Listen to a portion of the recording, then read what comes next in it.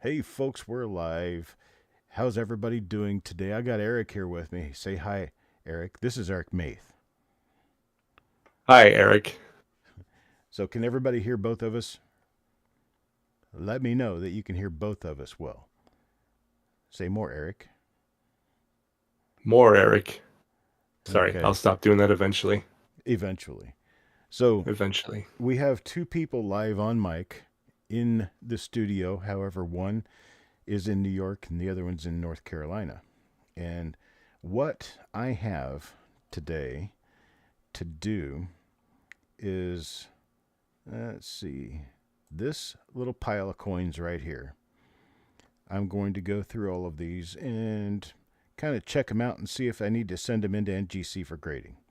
And that's basically the point of today's show.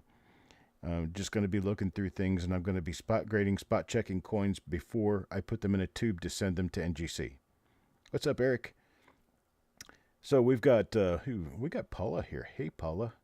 We've got Dan. We've got Roger. I think Coin Junkie might be here. Let's see. There's Frank McCain, Richard Sappington. If anybody has any questions with regard to what's going on, I've got Urka here watching the live, watching the chat, and if any questions come up, he'll bring the questions up for me, and I'll answer the questions for you. It's just going to be a video where I am looking through my stuff to see what needs to be graded. And so I'm going to go ahead and open up a tube here. And we've got a tube ready for coins that are going to be graded. And there we are. The first coin was this 1967. It's got really nice bright luster, but has a couple of little issues. I'm looking for something that'll grade a 66 red or better. And while that little spot down there on the lapel isn't going to affect this coin, it does have a die clash. It does. A little bit of a jailhouse die clash going on behind the head up above the Liberty there. I'm trying to see if I can get a good lighting angle for this. You can see those straight up and down lines. My problem here is a fingerprint. There's a little fingerprint right behind the head, and I think that's going to keep it from grading a 66. And so it's otherwise a very, very nice coin. The die scratches don't make any difference for people who might wonder. The clash on the reverse, you can see that clash inside the bays, 3 and 4. Can you see that? I think everybody else can see it here pretty well. And yes, it will hurt the grade. So this is not a grader. So I'm going to put it in the reject pile. Chuck, did you say the clash would hurt the grade? No, the clash doesn't affect the grade. Okay, It's all the gunk all over it that does. Here's another right. 1967. And this one's got a little spot down below Liberty, the Y of Liberty. But that small of a spot really isn't going to affect the grade overall. You have to imagine you're looking at this thing way, way, way bigger than the actual coin is. And so what you're going to see here is a lot more detail than you should expect to see otherwise. And one little spot like that's not going to take this coin out of a 66. And so that's what I'm looking for is 66 plus coins. Let's flip it over and take a look at the reverse. Get an overall look at any stains or other spots that might be on there. Let's see. We've got you know there's a lot of little tiny chatter spots on this, and there's some dark spots down below the CE of scent along the rim. Um, I think I'm going to go ahead and let this one pass and see what it comes back as. It'll be interesting to compare this video with what they actually come back as. Oh, see, that's an automatic problem for me right there. I just got a ding on Discord, and it's probably coming through. That's not a good thing. I'm going to go ahead and put this in my grading tube. Chuck, I believe you can put Do Not Disturb on Discord by clicking bottom left of your screen Okay. where your icon is. Uh huh. Click the icon. And where it says online, click that and you should be able to hit Do Not Ah, Disturb. got it. Got it. Mm-hmm. Thanks. You're welcome. Uh, let's see here. Okay, so next coin. I think what we're going to end up doing is going through a bunch of 67s here right quick. And then we'll move on to something else. That little hump bump right up there behind the head below the N of in, you can see that pretty well, can't you, Eric? That's this is actually, I believe, well, if it's not the same die, it's a similar die because it also has a clash of the columns over there on the TY of Liberty. Oh yeah, see it. But that little Humpty bump back there in the back of the head underneath the N of in, that's part of what was on the die when the coin was struck, so we're not going to have any issue with that grading. Little black spot down below the D. I'm not too worried about that. And that little Thing is, it's beautiful. Yeah, that little fizzle fuzzle in that spot right above the Y of Liberty. See, my terminology is just excellent when I'm using fizzle fuzzle and Humpty bump and stuff like that. Let's see what we have here on the reverse. I got some black stuff in the sea of scent. I'm not liking that much, but I don't think that'll keep it out of a 66 holder. And I've seen the charts too, and it has to do with where the marks are on the coin, right? Right, exactly. You don't want to do like right out in front of the face. If you've got a black spot right out in front of the face, probably not a good idea to try to have that coin graded. But we're going to go ahead and put this one in the tube too. Why not? And when you're sending in bulk like this, you only have to have better than 60% of the coins have to grade at your minimum grade or better. The other 40% can fail, and they'll just stick them in a tube and send them back to you. No big deal. Now, if you have more than 40% fail, they'll charge you a rejection fee for every coin you sent.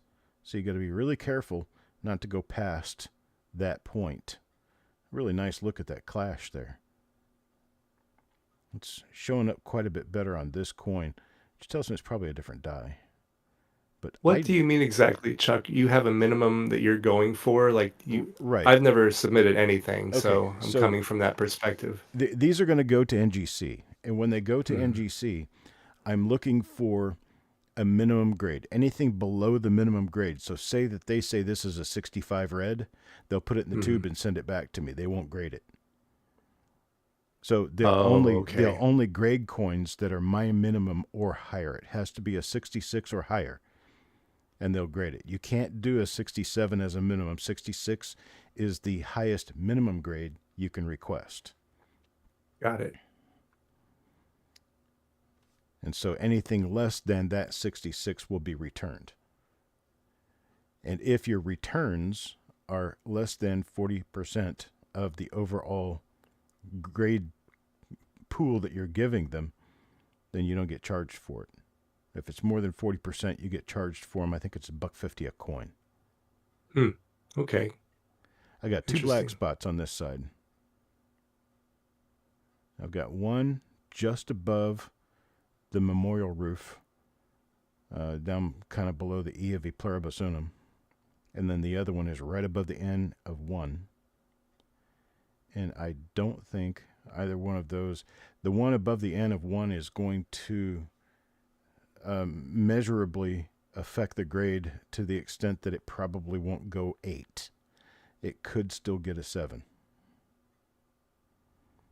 And if this coin gets a 7, which it could do, it's quite the valuable coin. So there is a chance for that one.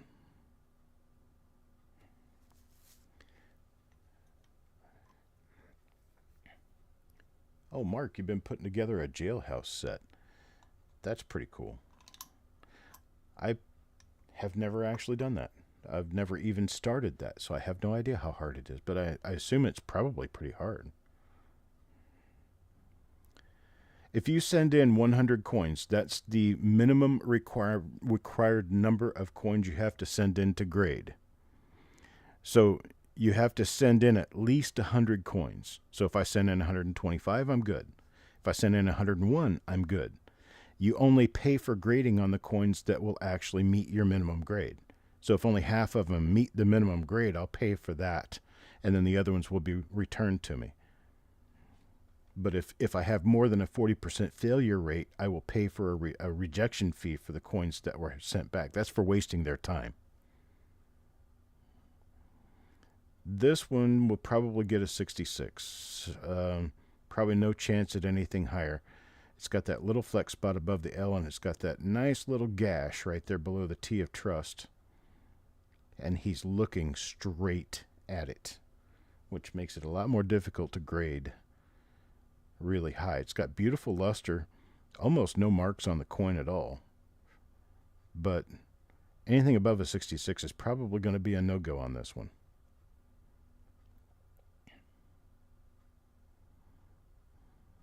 And Chuck, there's a question in chat about do they all need to be the same date and type to do that submission? They have to be the same type. They don't have to be the same date or mint.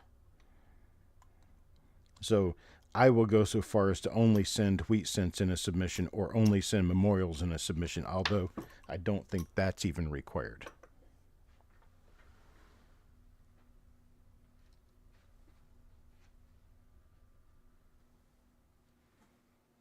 I have a loose coin. The one I just graded got lost, dropped on the floor somewhere.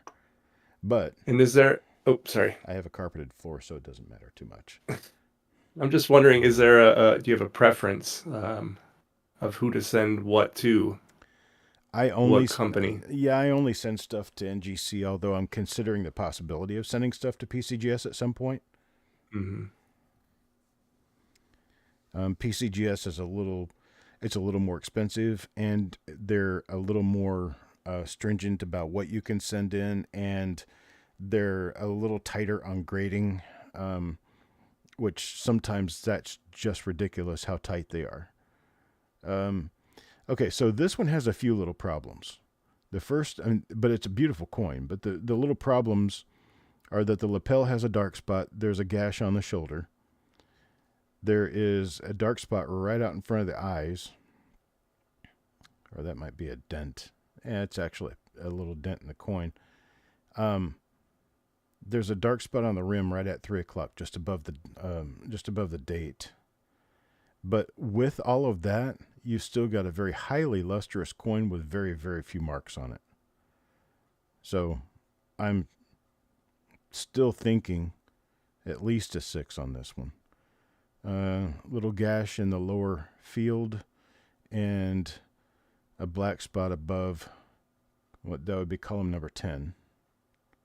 Column number 10, there's 12 columns, so if you go back 3 columns, there's column number 10. It's above the right-hand side planter on the cornice.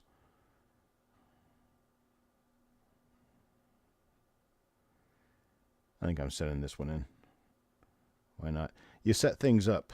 That's one of the secrets to grading is you need to send enough of the same thing in so that they look at it and they wonder, oh, well, yeah, this one looks like a 7. And then the next coin they go to is even nicer than that one. And they've got the same date and mint mark that they're looking at. And they'd be like, yeah, this one has to be an 8 because we just graded that last one a 7. You play with them. It works. Okay, this one's got a little dark spot above and to the left of the 1. It's also got a little dark spot out in front of the chin. Actually, 2 little dark spots. Those little dark spots don't make any difference. If you've got really bright luster and you don't have any real significant hits, you've got a winner. And this one could actually make a 7. And that luster really is as real as it looks. This isn't special lighting. This isn't anything that I've been working on these rolls of coins for years. So, and that is another thing that Mark just reminded me of. You have to make sure your strike is complete because you can't get a 7 without a complete strike. Now, complete strike doesn't necessarily mean that everything is absolutely 100% razor sharp. But a complete strike on one of these means that your steps down here have to be more or less full and complete, and they are. There's just a little tiny spot right here where they're not, and that's not going to make any difference. The other thing on the memorial is right up in here, you're looking for not having a lot of weakness in that spot.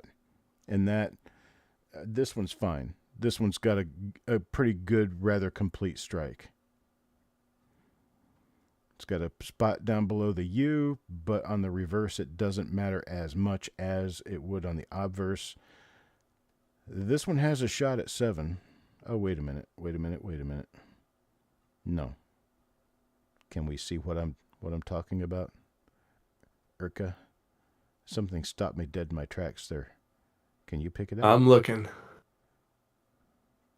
Is it something on the column? Yep. This column right here is totally black. Yep. That's going to be noticed.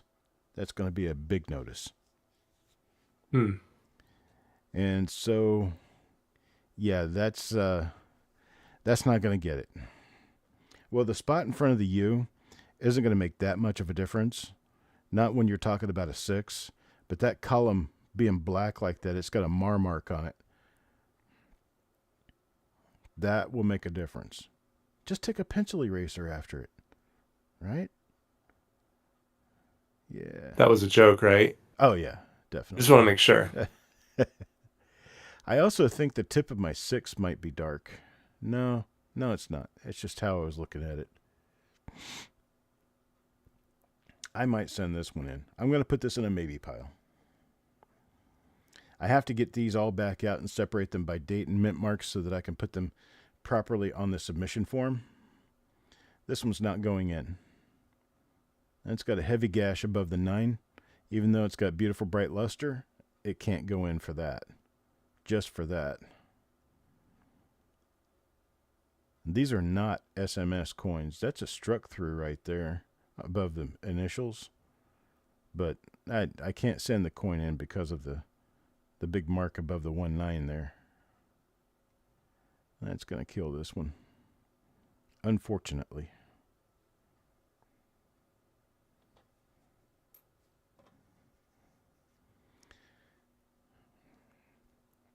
All right, another. This one's got a little bit of a color variance. And that's because it's just a tiny bit hazy. Right around the 9.6 there. Going up to the mouth. I am not too worried about that. That could still 7. Could. I have no problem with a 6 on this. That's got a gash on the cheek. Or below the cheek, actually. It's on the bottom of the cheek, down toward the mouth. It almost looks like the Joker.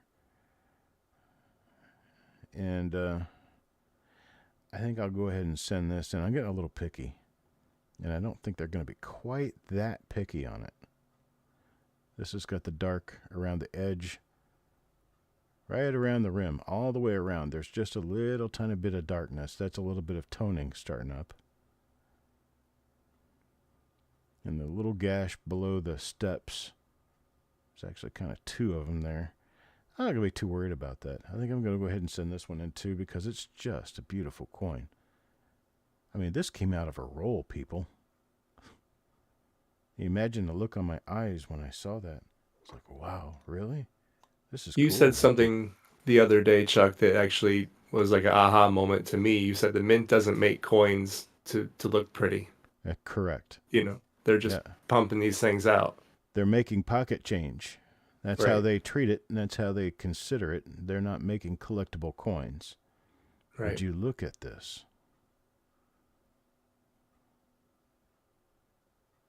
There's, even though you've got a bunch of die scratches, which is affecting the luster a little bit, that's going to affect the eye appeal, the overall eye appeal of the coin, because of these little lines all over the coin.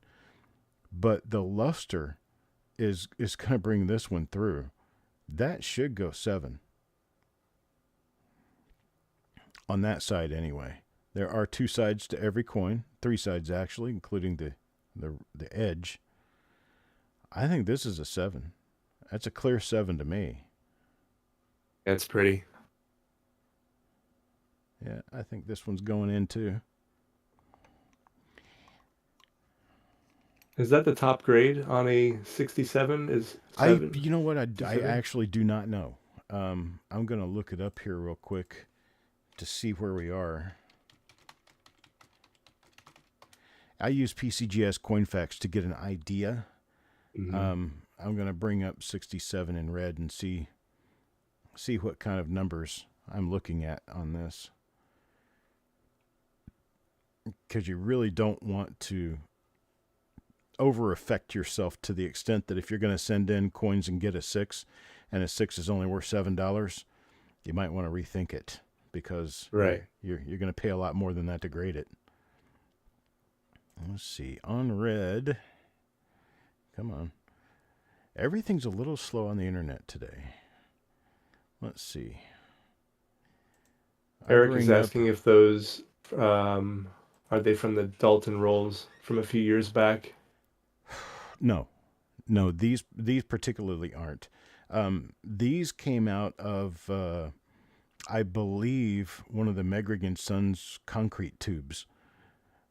I think I found a tube of those and opened them up, and the coins were just fantabulous. Let's see here. Well, a 7 would definitely be worth sending in, because a 7, boys and girls, is a... I'm looking at the NGC price realized. They're all heritage auctions. $160 was the last 7. Their price guide value for a 7 is $450. Price guide value for a 66 is $30. They generally go for between $30 and $50. So 6s are worth grading, 7s are worth grading. You just have to make sure that they know that these are not SMS coins, because SMS coins tend to grade higher, which means they're not worth anywhere near as much. So there's that. And how do you know they're not SMS? The surface, you can you can tell by looking at them, because they don't have that proof-like appearance. Got it. Okay, this one I'm going to call a little too spotty, because you can count, 20, 30, 40 little tiny black spots all over this. And while the luster is there, I think those little tiny black spots just kind of knock it out. You guys, anybody drifting through, if you happen to be watching and you got other things to take care of, we're going to be doing this for, probably a couple hours here. And I want to let everyone know that we're going to be doing this on a little bit more of a regular basis, but it's not necessarily always going to be grading coins. We're going to be talking about coins. We're going to be answering questions. Things like, you talking about an MS69 on this? MS69? There is no such thing. 67 is as high as these go.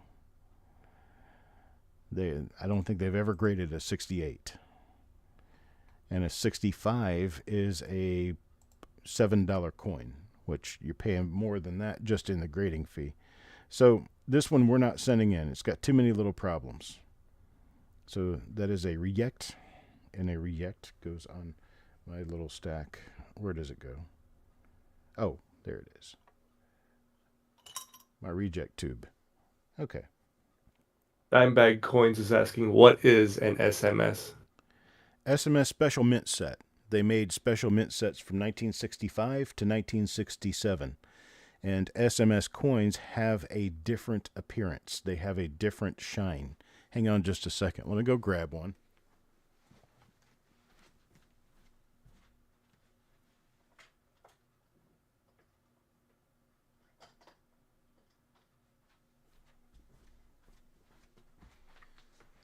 I had to go in the vault. Okay. We'll take a quick look at a 67 SMS and you'll see the difference. Okay, this is a regular 1967, what you're looking at right now. This is a 1967 SMS. It has that more proof-like appearance. This was in an SMS set, special mint set. I guess SMS set's like saying ATM machine. But, yeah, you're supposed to laugh. You're supposed to be funny. Is this do they strike these first? Do they polish the dies? Is it what exactly they do? Generally, I think these are supposed to be different dies altogether. But okay. I'm sure that some retired SMS dies end up minting regular coins. But this is what an SMS looks like. And then we'll go back to my regular coin. You can see an obvious difference when you look at the shine.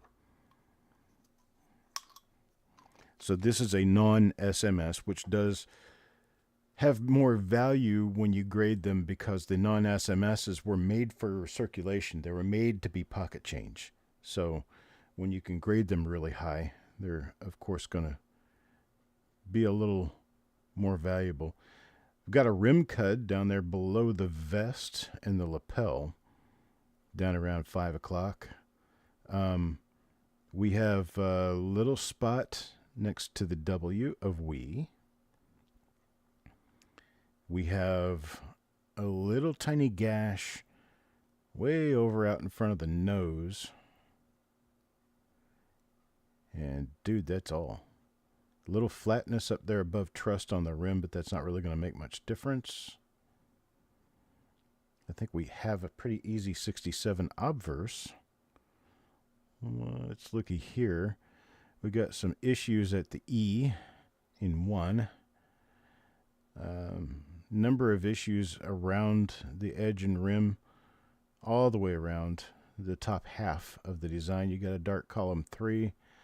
Man,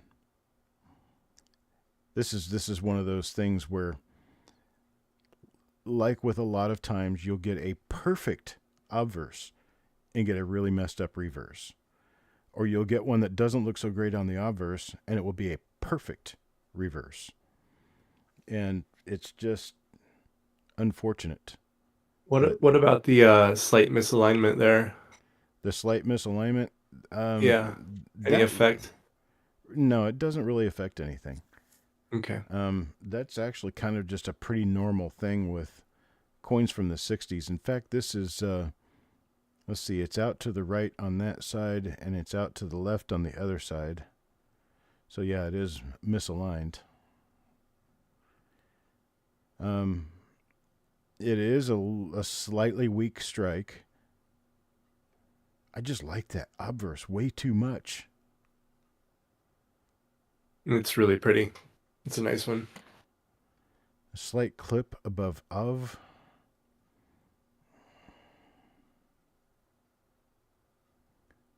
No, it's not a clip. It's just a slight weakness in the rim there, and that has something to do with the strike or how the planchet. And no, it's just how the strike. It's probably a very slight off-center or a like a cocked to one side type strike. It's just an oddball. I can't grade this because it's just not going to be nice enough. Damn, that obverse is so nice though. That's one of those gem BU coins, but you can't ever grade it. Okay, moving on to a different year, 1961. This has got too many spots for a 7 for sure, but as for a 6, there's some chance it could grade 6. Now let me go to my coin facts and see what I can see with regard to value on these. Some of these early 60s, when you get them in 6, they're pretty valuable. I'm just using PCGScoinfacts.com. I'm going to look at red for, 65 is a $7 coin, so I think we're going to nap. 66 is a $20 coin. 67 is a $400 to $800 coin. So there's where your difference comes in. So this one is not going to go 7, so it's not a grader, regardless of what else happens. But man, that's a pretty, really pretty one. Yeah. Except for all of strike looks good too. Yeah, on that it one. is. It's nice, but not going to grade it. I do have NGC pulled up too. I just want to make sure I was reading it right. Okay. Looks like they have it at 550 for a 67 red. Okay. And they might be a little bit different. Yeah, PCGS is just usually a little bit higher, I believe. Right. Oh, that's not going anywhere. Big giant spot right below the bow tie. It's either I didn't notice it before I put it in here, or it developed while it was in there. Got another issue on the Sea of Scent. Man, these things are hard to find in nice grade. But that's also why they're worth hundreds of dollars. So That's a not grader. Mm,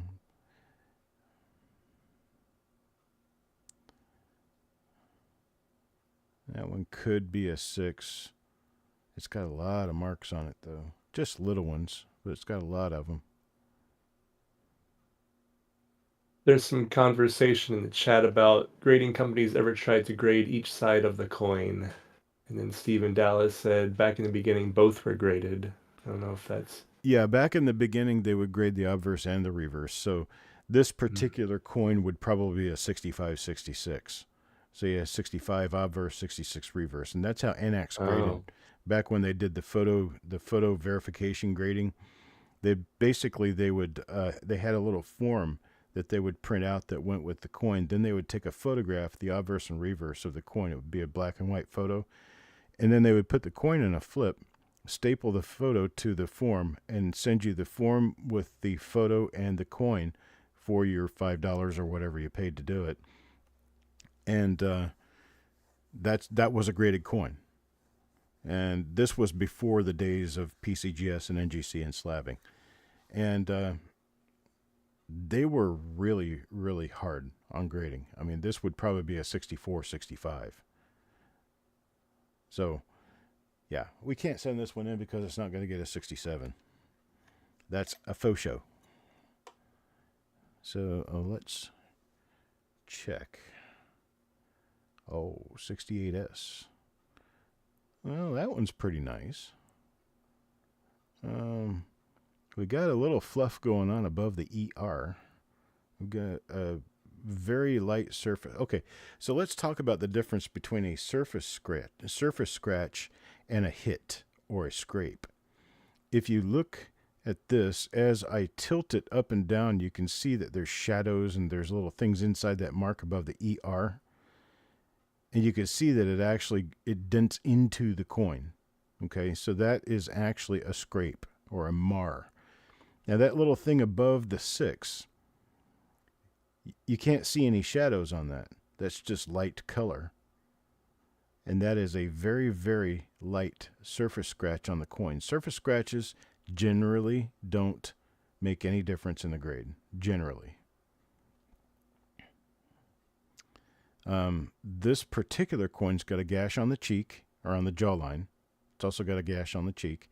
It's got a gash. You can see the difference between a gash and a surface scratch. If you look right over here, can you see my cursor? I don't know if you guys can see my cursor or not. But right there, that's the little surface scratch.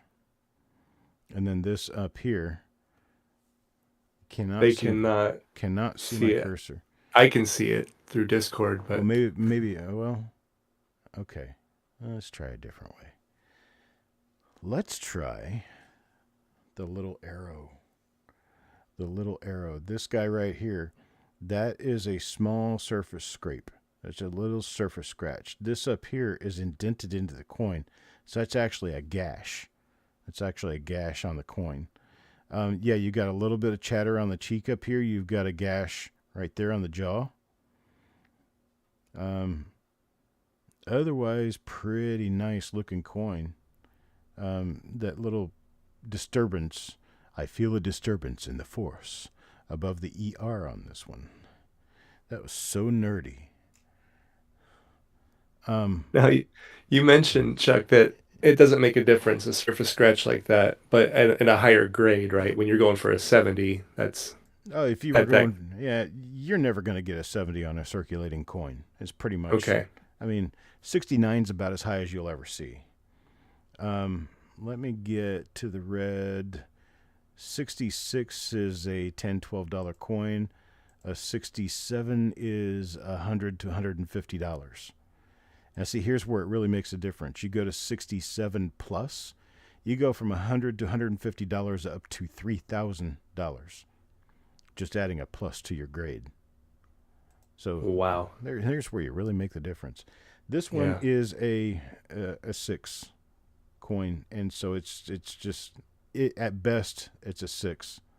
It's got color inside the R of America there. It's a little bit of color on the TE. In fact, this one's got enough toning on it that it could actually get a red-brown grade. that it may not actually grade straight out red. So, not a grader. Move on. Another 68S here. That one's got a big gash right out in front of the nose. I'd almost have to say no right away on that one, just because of that big gash out in front of the nose. I'm having trouble keeping this thing focused. It likes to fall just a little bit. Everything else on this, I mean, darn near everything else on this coin is perfect. Nope, I think I got a little tiny bit of a fingerprint.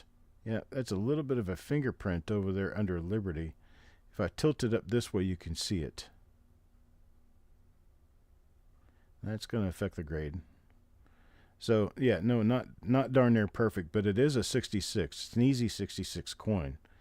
But, again, 66 is a $10 coin. It's not worth doing. It's a shame. Crying freaking shame.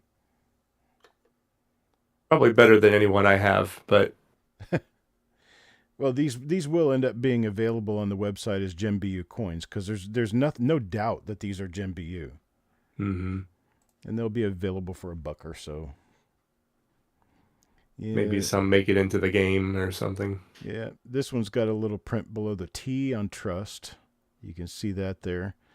This is an off-angle view of it, so that you can see everything that's on the surface that didn't make it into the coin. And it's like that, it looks like a gash from the 6 to the throat, but it actually isn't. That's just a little surface mark. But it's something you take into effect when you get up to 7. Up to 7, you've got to take everything into effect, even the little tiny things. And there's absolutely nothing you can do about that, right? Nope. Okay. No, because if you start putting chemicals on coins at this grade, you're kind of committing grading suicide. It's got the gash above the N on 1, but otherwise it's near perfect. That thing below the N of United is a struck through. It's a little tiny struck through. But yeah, there's nothing we can really do about this to make it quote unquote better. But it is a nice BU coin. I'm curious if anybody in the chat actually is do they do any grading regularly, or I think Mark Thomas I never does. have. Yeah. Okay. Oh, now this one's pretty. It's a little disturbance behind the head. Kind of gets out into the field, but that could still go 7. It's a little difficult to see. Cadroll Hunter, this is Eric Maith. We call him Urka because Eric is Eric Beyer.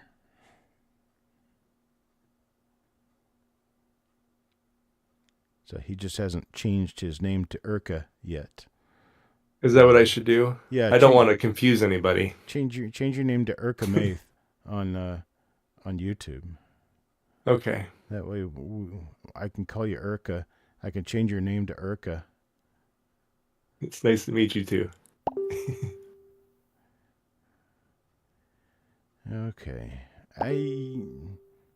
Oh. I gotta shut my messenger off. Somebody asking how much something's worth. Yeah. And it's like Lincoln Cent Auctions on Facebook. It's a good group and stuff, but we started a chat in there. We've got an almost uncontrollable rage of new people in there wanting to know everything about their coin collection, and they're wanting somebody like us to tell them instead of looking it up and doing good research. I'm going to send this in. I just like it. I think there is some chance this could go 7, and if it goes 6, I sell it for $10. You know what I'm saying? I'm not going to lose anything. May not gain anything on it. Yeah, Paula says, "Oh, I'll stay away from there." It's actually a pretty good place to buy and sell. It's actually a decent place to sell stuff. Okay, another 68S. I'm actually a little bit too close. Oh, great. Guess what that is, boys and girls? My blood sugar is too low. No. Yay. Just got a blood sugar alarm. That's okay. I'm going to start gulping some coffee now. Yeah, I've never heard that noise on your end. Yeah, that's my dude. You need to eat something. Hmm. I may have to take a quick munchy break, but it'd just be gone and back real quick. The crowd can entertain themselves, I guess. Right? Um this is Think easy. so. I mean, this is easy a 66 coin, but there's just not it's not going to happen with a 7. So, no 7, no grade. Yeah, it's too spotty on the reverse. Too many little spots. It's a really pretty coin, but nope. Not gonna happen.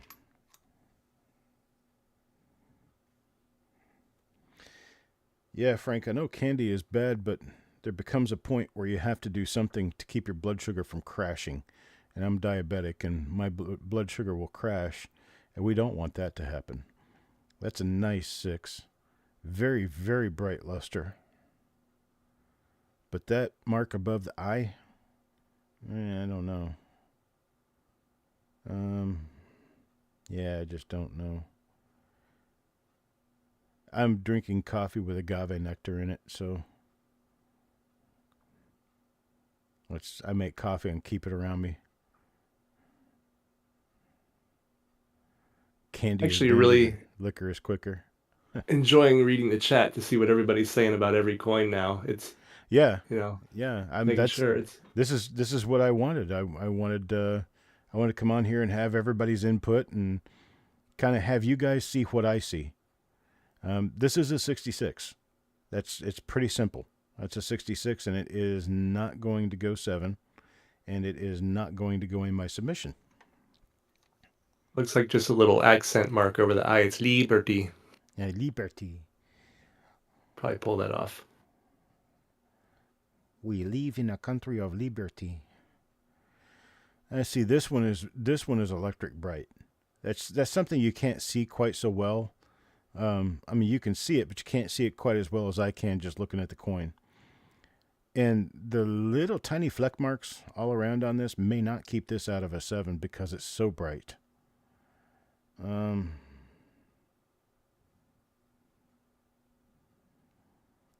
Yeah, I think I'm going to put this in and see if I can get it to go 7. So now I have to put at least one more coin in with it.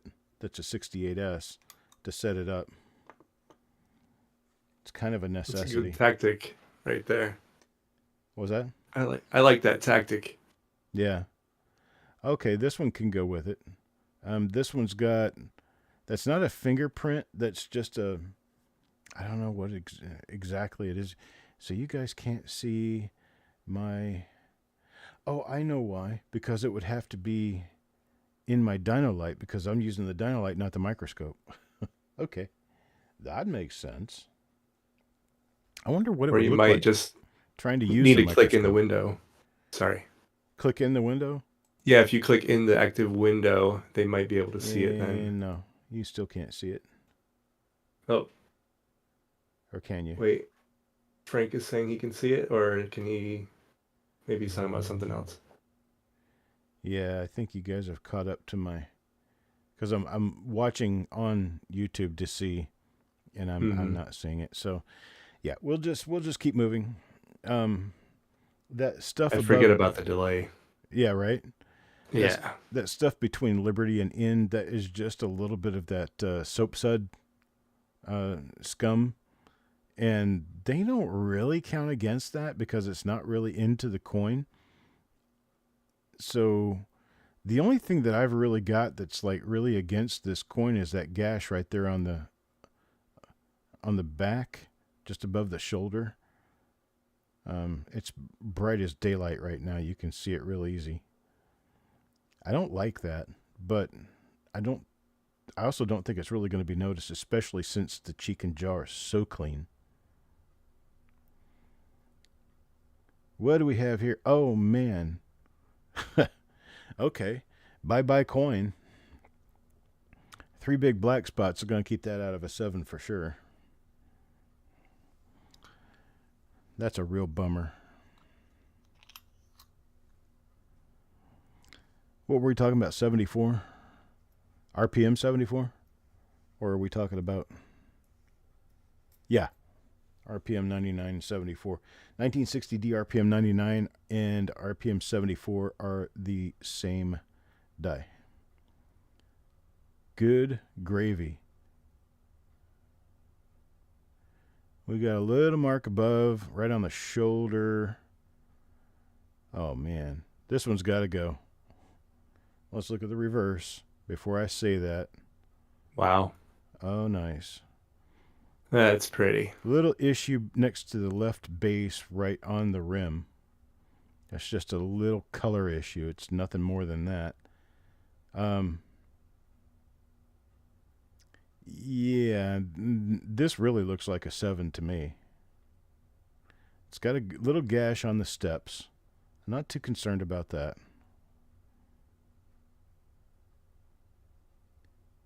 Yeah, it's got a little bit of a haze skid mark where the NE and CE of 1 cent are going up to the base. You can kind of see that it's a little bit hazy there, but that really doesn't impede the luster at all. And the obverse, man, this thing is slamming on the obverse. It's going in. Yeah, it's going in. The steps are nice. Actually, the strength of the strike is pretty remarkable on this one. I mean, you can see all of these. What are these little things called? What do you call those things? Where they're little banners that hang on both ends and drape in the middle. I'm going to call them little drapes for now. All the little drapes, all these little drape things are really strong on this one, and that just isn't normal. So it's a really nice strike. That's a really good idea, having a video when these come back from Oh, grading. absolutely, absolutely. In fact, I'm going to probably make comparison videos for each coin. Hmm. That way you can see, well, this coin, here's what I said originally, and here's how it came back. So that's why we're looking at every little mark, and I'm giving each one plenty of airtime so I can find them in a search. Little fingerprint on this one below Liberty and above Liberty. A little fingerprint's going to knock that out of a 7, but that is a pretty coin. You guys believe I got these in rolls? No. That's kind of ugly there. At what point does the edge come into play? Edge or the rim? Either. Okay. The rim is always in play, right? Yeah, the edge generally doesn't. The rim, if you have big rim hits, it's going to keep you out of a 67. Okay. And that coin, I think, is a 66. It's a nice one, but it's a nice 66. Got it. Not worth putting in a holder.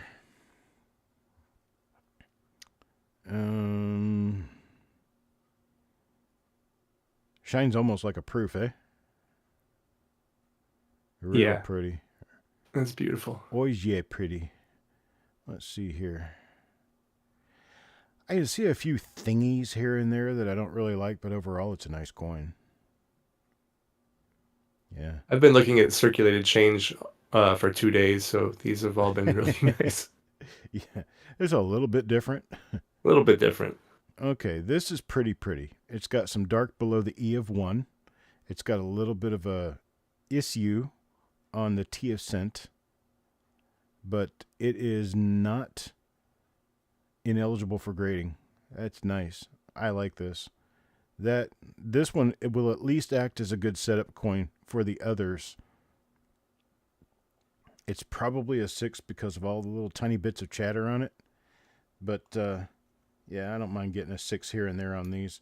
Those are break-even coins. Those are ones that you pay roughly $10 to send them in. You sell them for roughly $10. It is Now what it is. with your setup, really quick, Yeah. do you put these in an order? Like, No, these just came out of rolls. And so these happened to be in order because I went through the rolls in order. Right. But no, I mean, when you send these into them, do they look at them in any particular order or any, because you're talking about setup, I'm just wondering, Oh, no, no, give no. them this one Okay, and then yeah, they'll get this one. I understand. Setup is so if you send in, like I'm sending in three or four 1968S's, they'll look at those together and they'll grade them together. Got it. So this 69D, I need to look up 69D and see where my breakaway point is because I think it's 66 to 67. If 66 is $10, it's not worth grading them. See, the 67 is 66 on NGC is 35, 67's at 380. okay. So then that would be pretty much worth it. Let me see where my reg grades on PCGS here. 65 is a $8 coin. 66 is 25 to 30. And a 67 is, wow, 67 is anywhere between $150 and $1,500.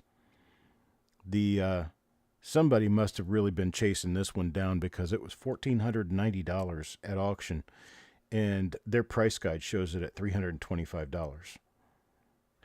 So it went for multiples of price guide value. But you ready for this? A 66 is $36. 67 is $325. You want to guess what a 67 plus is?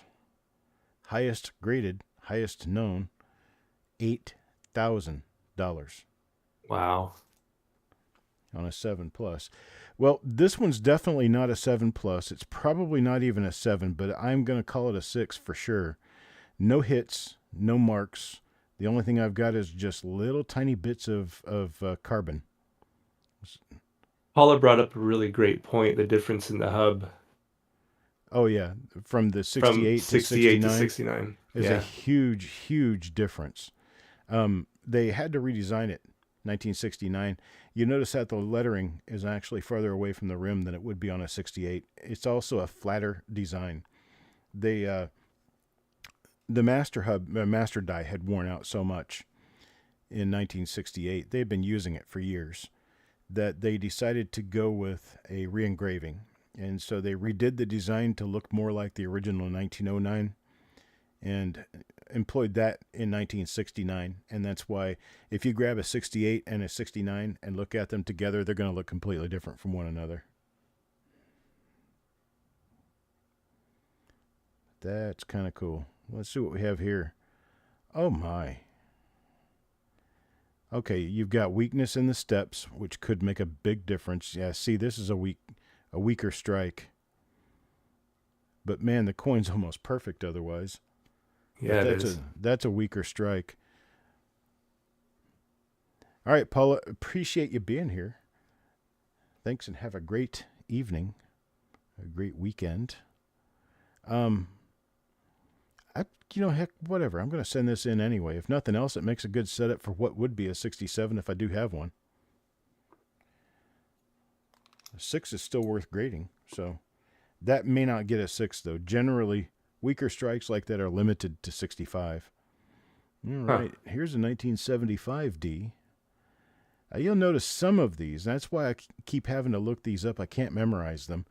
A 75D might be one of the ones that's like $5 in one grade and then $300 in the next grade, and you really just have to know the difference.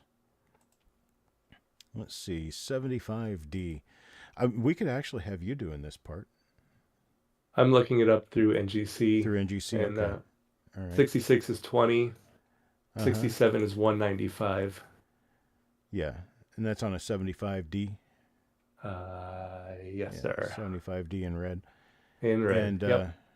I can pull up PCGS too to have them both side by side if you want. You could, sure. PCGScoinfacts.com. Got it.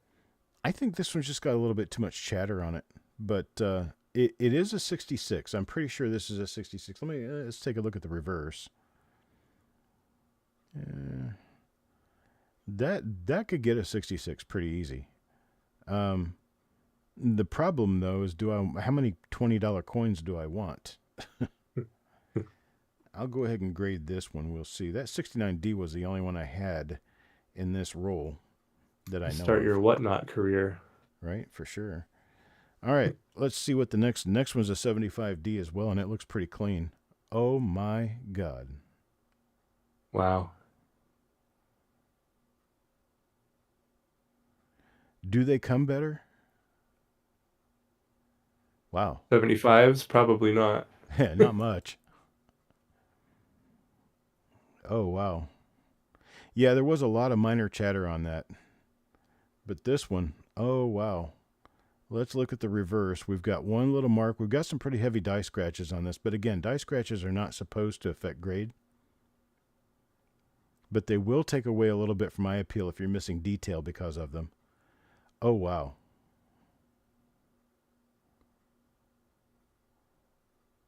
We got a little mark right below the U of United.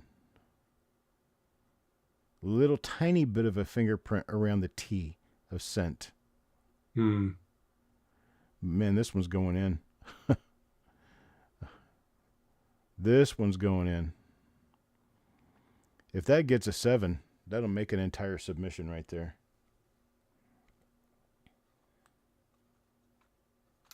We know it's at least a 6. So let's try the next one here. Same roll. I got a really nice roll of 75D. Eric, if you're around, this did come from the Dalton show. This 75D roll did. Okay, yeah, I'm not liking this even for a 6. Pretty coin, but it's just not a grader. Just not there. Just a bit outside, right? That one is a nope for sure. All right, this one is a nice 66. Doubt this one will get a 67. Just too many little tiny marks, just like that other one. Just too many little marks around. I'm going to grade it anyway because it'll set up that other 75D. Hey, Joe.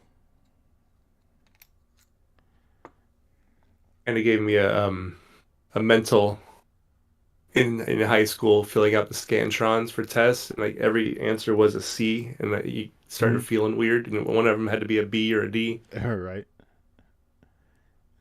It's like, no, drawing a Christmas tree doesn't always work when it's leaning and you're drawing your lines straight up and down, right? All right. Well, this is another 6. How many of those do I want?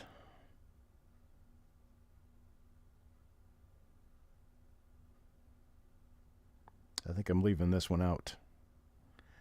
It's got that haze mark running across the throat and the neck above Liberty. It's got a couple of little tiny gashes in it that are pretty deep, and it's got some blacking, and it's a little weak because of dye polishing around the front of the vest, around the mint mark. It's kind of missing, and that's a slight loss of detail from dye polishing that I don't really like, and it can affect the grade. So we're going to keep this one behind. Appreciate you coming, Frosty. Anybody who just joined us, we are kind of in the middle of just playing around with a roll of coins that I intend on looking through all of these for grading to see if they're worth grading, and we'll send in the ones that are. And when they come back, we'll go through this again. That one's not worthy. Too many little gashes and marks and stuff. One right out in front of his vision. It looks like he's looking straight at it. And, yeah, that's just not going to do it. Not going to do it. All right, next up. I've got like 7 or 8 more coins here. Eric is reminding you to get some food, Chuck. Eric is reminding me to get food. Yes, sir. Okay. You guys talk amongst yourselves about this one. I'll be right back.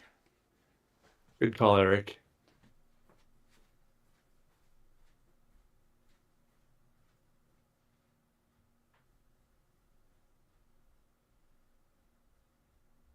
This is odd because for once I don't have anything to say. So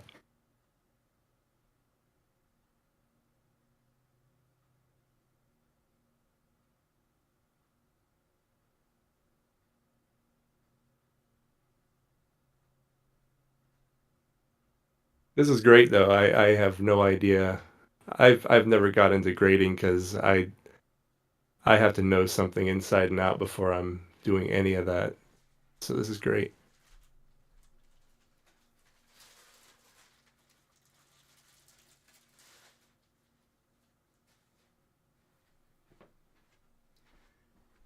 All right, straight up carb attack. One plain bagel. That's true, Eric. I was saying for once I have nothing to say. You went away. Can you imagine? I'm still at 66, so I'm doing okay. It's a What's little bit. target? 80 generally is good. It should be between 80 and 120. Okay.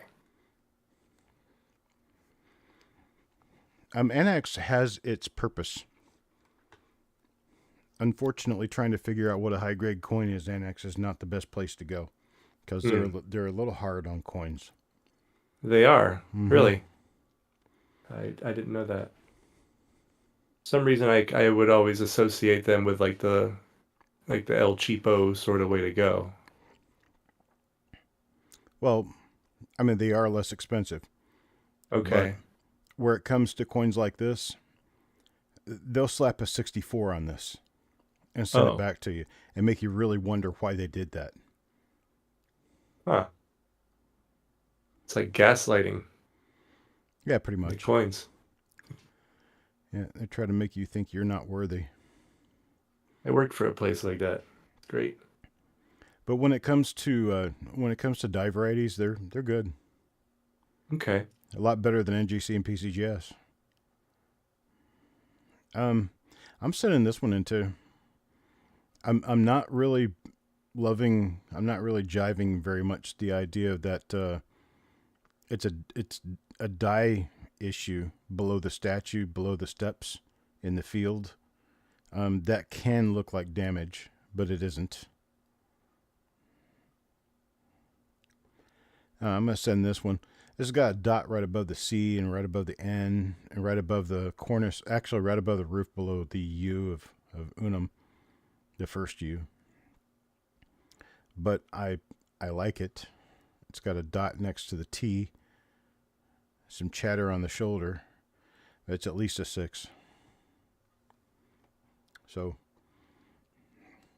it's gonna get a new home.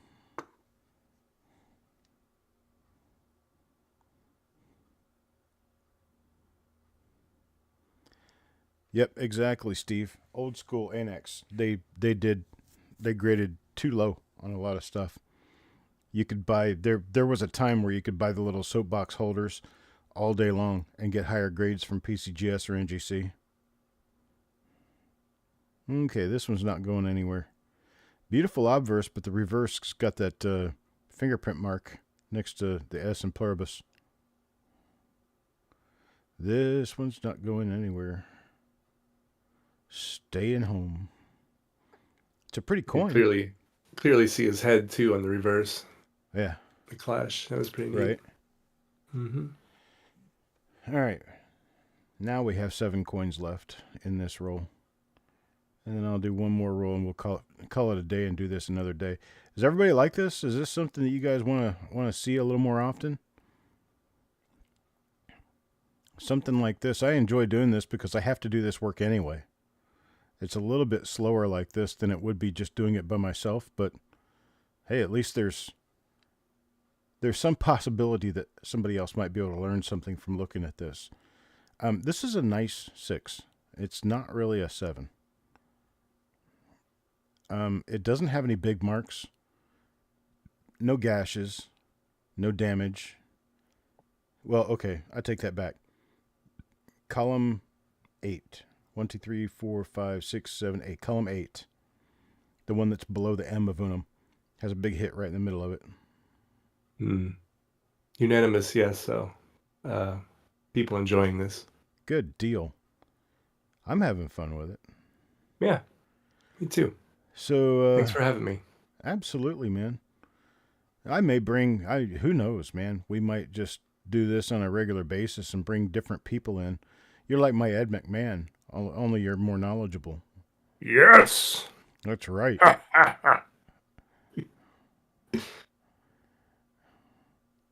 Yeah, I'm going to go with probably not a 66 on this one. So we're going to keep this one home. Next up, we have this beautiful little coin for consideration. Nice long gash right through the cheek. That's got a jailhouse on it. That's got a misaligned jailhouse. You see Yeah, those are nice. how the columns don't go straight across? They go kind of down just a little bit.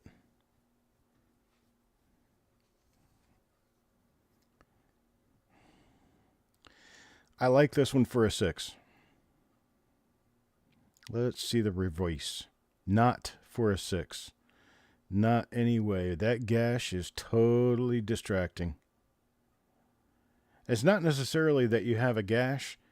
It's how the gash looks. It's how it affects the design of the coin when you look at it. This one looks like somebody dropped a flagpole on the steps. And it's so easy to see. It just completely drags you away. It's otherwise really pretty, but that's not a 6. Jackalope, just put your Discord in the chat too. Awesome. Thank you. Thank you. Yeah, this one is highly, highly shiny. And this one, even though it's got some chatter here and there, you don't really have any big marks on the obverse. You can see how the die was just a little bit dirty. It was a little bit greasy. And you can see that because of all the chatter all around. I mean, that it's a later die state, and the die had, you can see that all that modeling. Can you see the modeling effect on there? Above the date, how I'm holding it right now. It's just a little rough looking. Mm-hmm. But man, it's a beautiful coin. Let's check the other side here. Oh yeah, this one's going in. Oh wow. That is really pretty. Yeah, this one's going in. Really nice technical grade coin. But yeah, the eye appeal is a bit knocked down with this. But it's just that it's late die state. It's not technically a bad coin. So we will see what they say about it. I think I know the answer to this, but do you put every coin out and you kind of guess what your grade is on it and individually see what they come back as? Like, no, usually no. This is the first time I've actually recorded each one of them on video. And okay. so this will be very interesting. And generally, I just look at the coins and decide what I'm going to do with them and be done. Gotcha. This one is looks like a different die because that's happening in a different place. But man, that like, what is that, a die explosion? It's a weird little thing. Yeah. Okay, and not looking at that, I have something next to the left base. I've got a little thing above the M of America.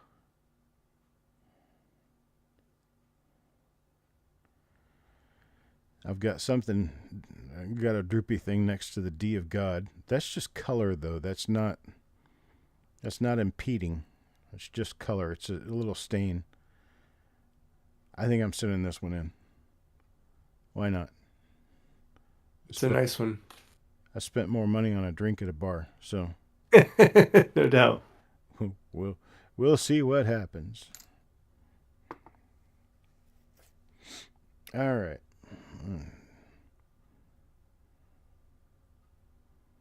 This is a pretty shiny coin. You can see that there's flaws, little ones, behind the shoulder and above the 75 in the date. But hey, if you were 50 years old If you were 50 years old, would you look this nice? Oh, man. I'm Yeah, hoping so, Chuck. that's definitely a sign. I tell you, I'm 56 and I don't look anywhere near this good. I think this is worth it. It looks almost like a fingerprint mark over there on the edge under the CA, and it just isn't. That's like a dye polishing issue, I think. Yeah, this one's a good one. Yep. Mark agrees with you. Mark agrees with me. Thank you, Mark. Send that one. Let's see. What else do we have Full here? send, as the kids say. Yeah. They might be feeder finger scrapes. I don't know for sure. 1, 2, 3, 4, 5, 5, 5, 6 little flaws on the obverse. Can you see the flaws? One above the R. I've got 3 out in the field right in front of the eyeball. I've got 1 below the S. It's a little scrape-looking thing. Got next to the G of God. They're small. Almost insignificantly small. Mm-hmm. But, yeah, that kills us right there. And that fingerprint, yeah. That kills us. No on that one. All right, last one. Probably the last 75D. This has got a little bit of toning on it. Just a little bit. A little bit of a fingerprint up there below the in. Just a haze of a fingerprint there. Oh, never mind. Damn. The old obvious print took care of the luster on the reverse there below the AME of America. That's going to be a no-go. All righty then. We have just under a half roll of coins going in so far. Let me try. Okay, this one says these are all 1980D. So let me see what it actually is. Can't stop licking your fingers. Okay, yeah, 80D. This one is probably a 6. It's a little muted on the reverse because of die state. But it's not a bad looking coin. It looks like 67 is the one to hit on most of these, huh? Yeah, mostly. There have been so many coins graded 6 that it's just kind of naturally falling to the 7s or nothing anymore. Let me find red 80D.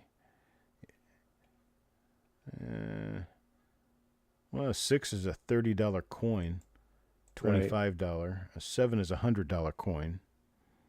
There is no 7 plus or 8, so a 7 is your highest grade on these. I'm not excited about this one. Too many little things. Mm-hmm. Too many little things going on. Yep. As Ed would say, yep. That's right, Johnny.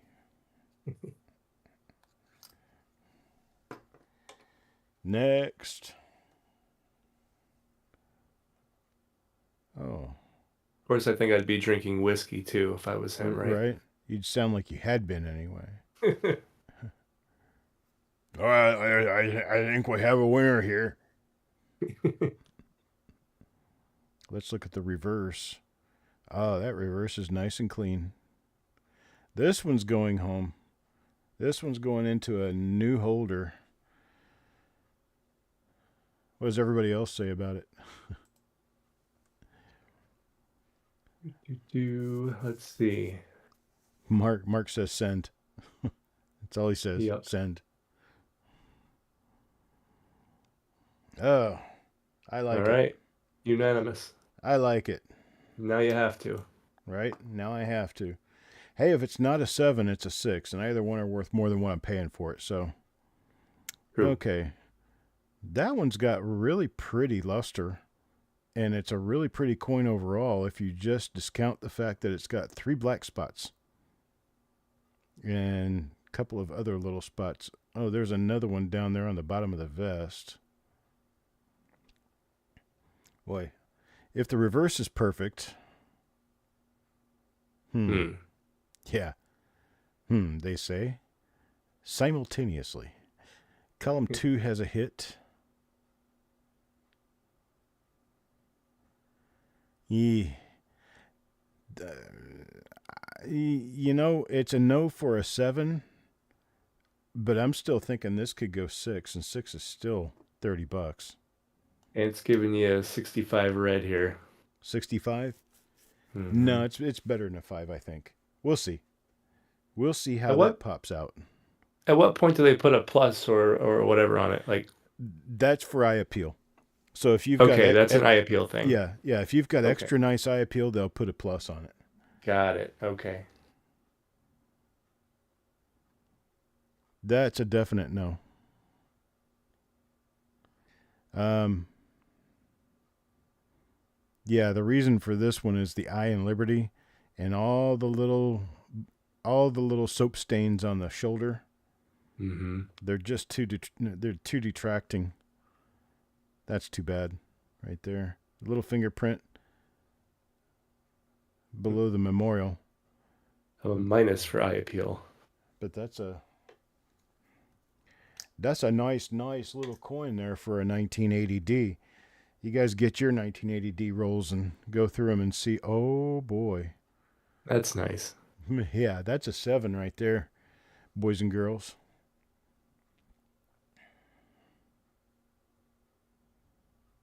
That's got what it takes. Now, wish me luck or something, because I'm about to Good flip it luck. over. You got it.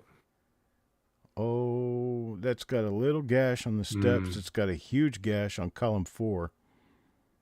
That still could get a 7.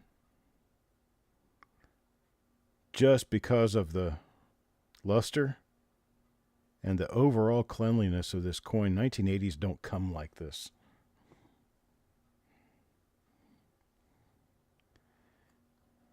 Now I have to go back through all my rolls again. Oh, you should always be watching for high grade coins. Always Yeah. watch for those.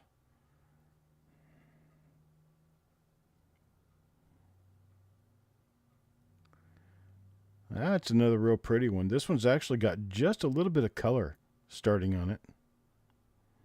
It's got that black spot below the R, and it's got the little black. Well, it's actually below 2 R's. Maybe there's something wrong with the R's on this coin. You got a little spot below the R in Liberty and one below the R in Trust.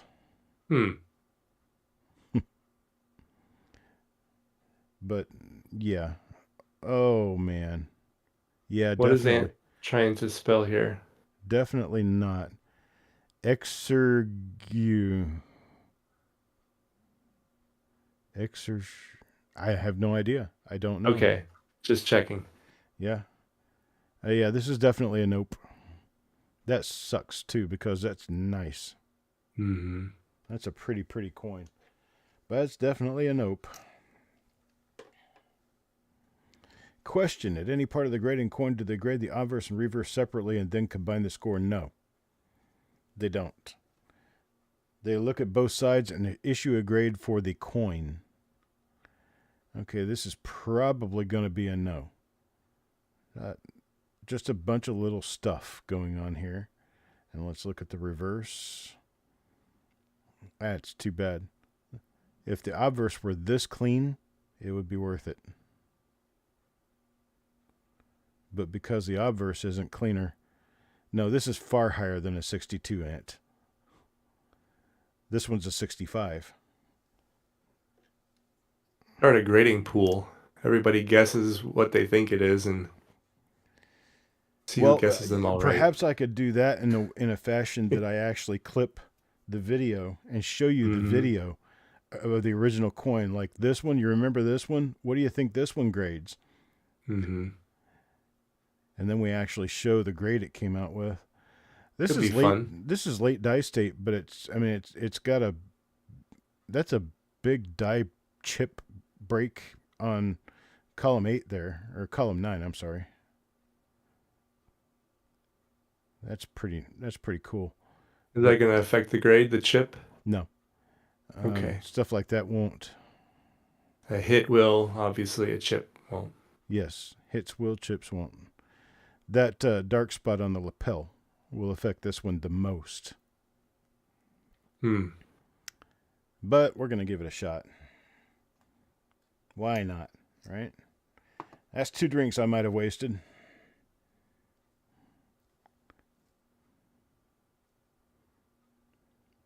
But one 1980D and 7. One 1980D and 7 makes this all worthwhile. A little mark below the S in trust. I don't see anything else wrong with this one. That's very nice. Oh, yeah. That's definitely a send it in. See what we get on that. That Yeah, could that's be a pretty. that could be a 7. Dude, what was a 7 in 80D? What about $100 80, coin? 80D and 7, NGC is 250. 80D red. This Yeah. one's okay. This one's nice and bright, but it's just got too much crap going on with it. Too much bad stuff. Unfortunately, it's a really nice bright coin though. No, Ant, your grading is off, brother. That's all. Mark That's all I can say. Mark is saying if you just go to the liquor store instead of the bar, it's all right. Oh yeah. Okay, let me readjust my focus here. There we go. Boy, this one's got. This coin is just absolutely stunning for everything except the fact that it's got a scrape mark on the shoulder, and there's some little dark spots right above the date and out in front of the nose. I don't like that very much, but if it is really nice on the reverse, Hmm. and it's not, it's late die state. It's got that haze line running across it. It's not Oh, going to yeah. grade. Yeah, it's not going to grade.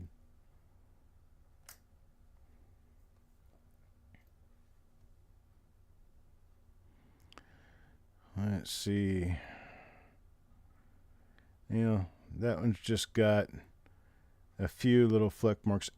And it's really hard to generalize grading when you start talking about coins like these because these late 70s, early 80s coins are really hard to find nice.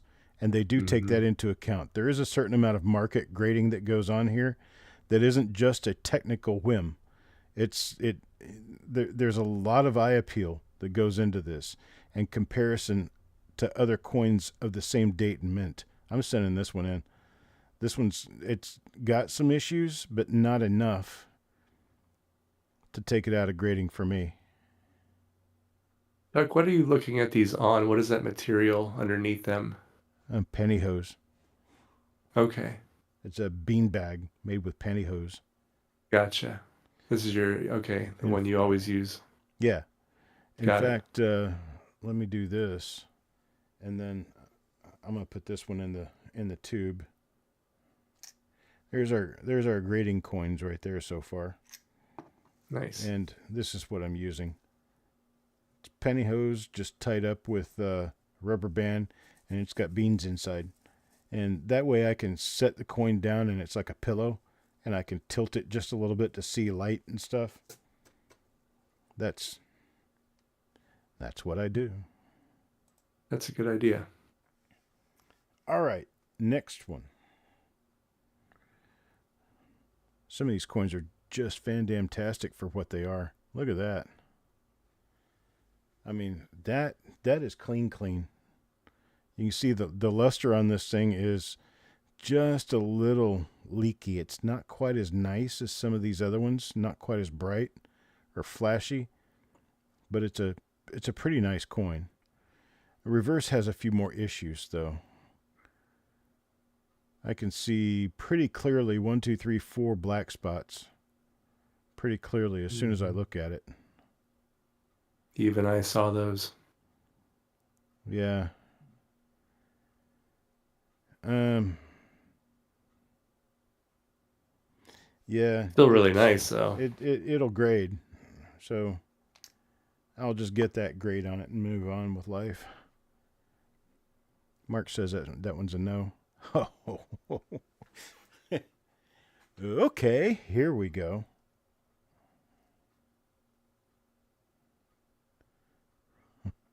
That's pretty. I don't know if we can do better than that.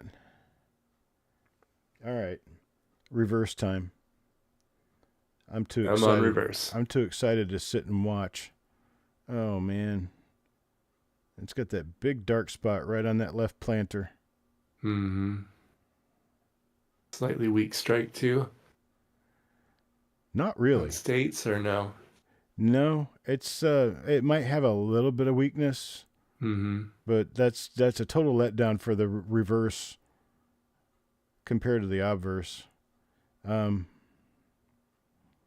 still sending it. Maybe they'll miss the crap on the reverse or grade it higher just because the obverse is so pretty. Right.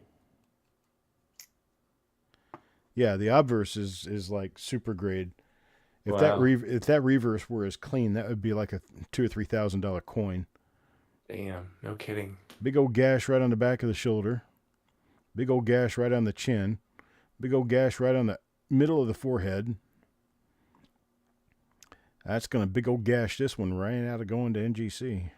Mm-hmm. Now, why can't I take this reverse and put it on that last coin? Yeah, that's pretty. Yeah, that's not a 60 ant. That's a 64. Definitely not a 60. A 60 is an uncirculated coin that's basically beat to hell. And that's definitely not what that was. I wouldn't pull out 60, 62, 63 as possible coins to grade. I'm smarter than that.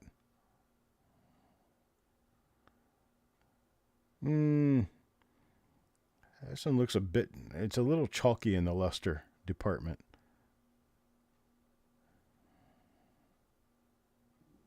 It's got a gash on the reverse.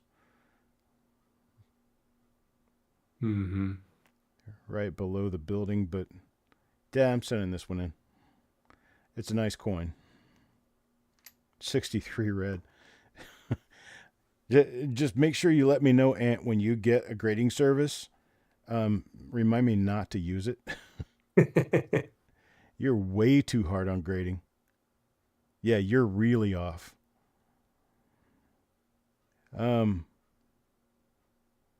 Although it's better to be off in that direction.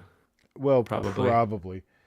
Yeah, Mark says he'd try this one. I'm kind of with him on that because this only has that spot above the 0. It's got a little hit on the top of the 0, and it's got a black spot on the R, right on the R of Liberty. But it's still a really clean-looking coin, and it's got nice detail. Nice strike, nice detail. I'll try this for a 6 and see what happens. All right, that's it for that roll. Well, that was easy. Let's see. What else do we have here?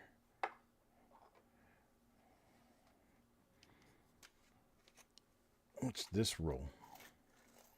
What are you? Oh, 1960 plain. Large date. Wow. That's got to be something nice in order to get money, though, because I think those come too nice to do much with them less than 7. Looking 60 it up now. Philly large date. Let's see here. I think a 5 is like a $5 coin, and a 6 is like a $10 coin. Close. We have 20 at a 5, 30 at a 6. At 7, it goes up to 345 for NGC. Okay, so 6 is actually worth putting in a holder if you can sell them. This one, it could be a 6 on the obverse. Let's check the reverse.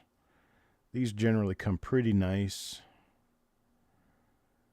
I don't think I'm diving into this one. It might be a 6, but doesn't quite look like it. It's got those marks right on the jawline. It's got that mark on the collar or just below on the coat collar. It's got more marks in the middle of the forehead. If I tilt it this way, you can see all those marks, all those hits. It's just not going to do it. Just not going to do it. Not for me, anyway. All right, next coin. Next. Looks almost exactly the same. That's got a little more dark to it than, a little more spot than the last one. That reverse is nice.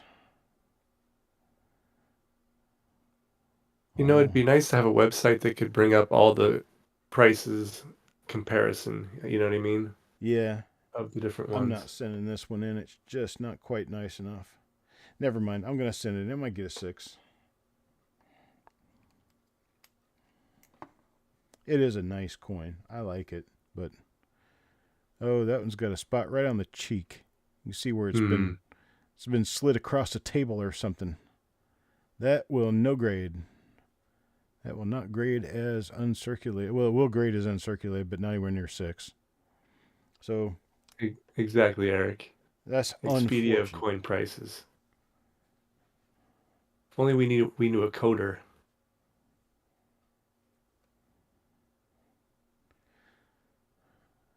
Well, we kind of do. Okay, big old gash on the forehead. It's got slide lines on the lapel. Where you see that really, really bright polished look on the lapel as I tilt it. That sparkle kind of goes up and down the edge of the lapel and on the jawline and above the ear. That means that stacking rub. Coin got rubbed pretty hard because of how it was packed in a roll. Mm-hmm. And it's not going to grade. What are you putting out, about a 64 or On lower? that, yeah. More likely than not. Mm-hmm. This one's got the same issue. Right along the line just behind the bow tie.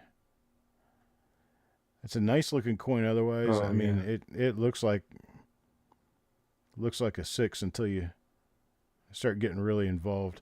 That whole gash on the cornice and the roof in the center is taking me out of this one. So that's not a grader. Let's see. I must have been on something the night that I did that. I must have been on painkillers or something. Wait a minute, I don't take painkillers. Hey, that's a 61. You're just tired. That's a 61D.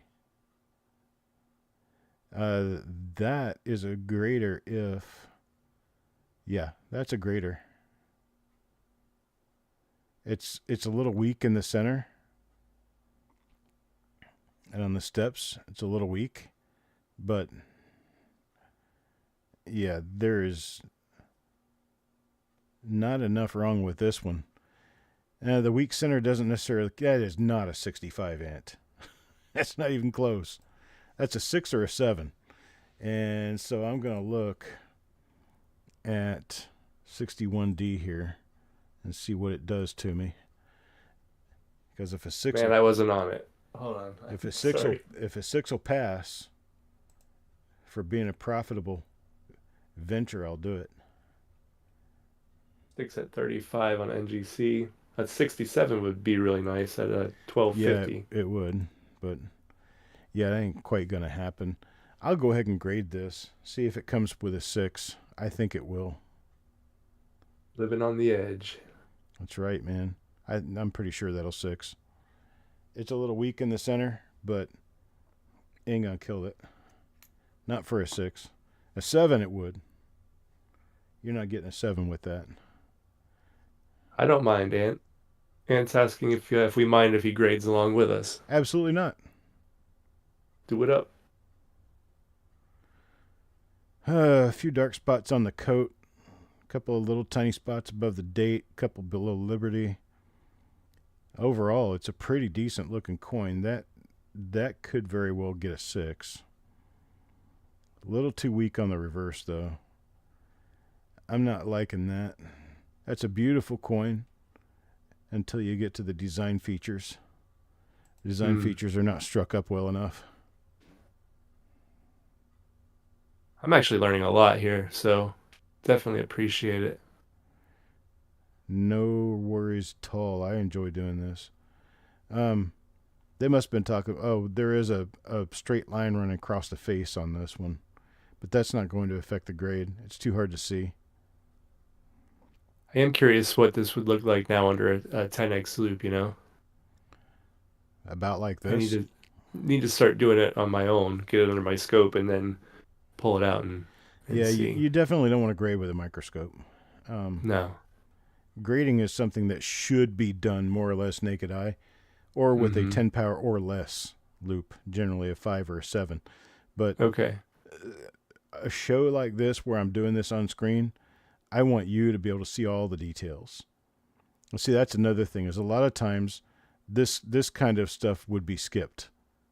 The stuff that I'm pointing out here would be Mm-hmm. skipped in grading a lot of times.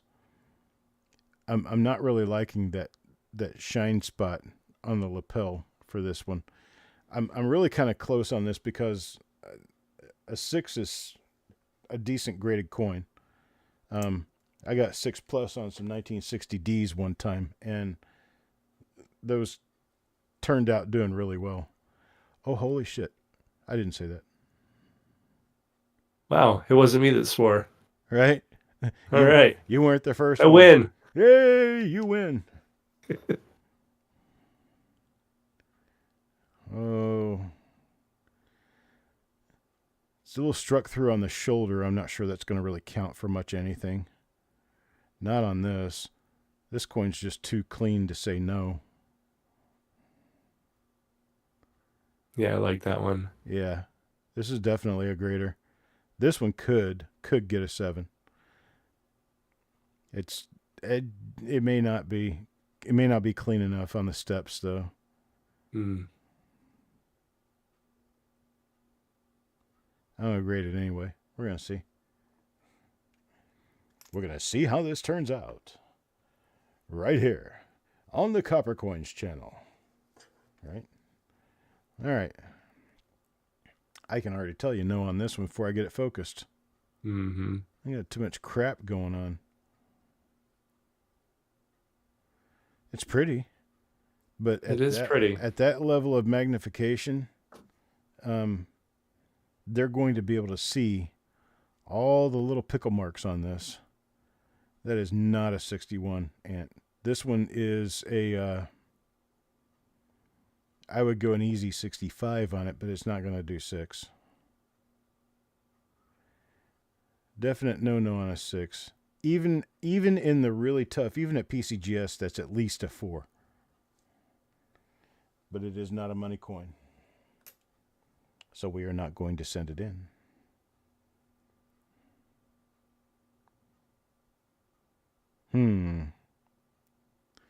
Don't like that thing on the jaw.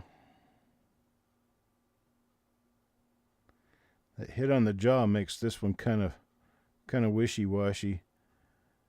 And if I look at the reverse and it's just perfect. No. No. Not a grader. The reason a 67 is worth so much, Roger, is because you not only have to have a damn near perfect coin with no spots or anything, but it also has to be a slammed strike. And that just doesn't come on 61D often. Okay, let me refocus this. We may have a money coin here. I don't like what's going on the coat, on the lapel.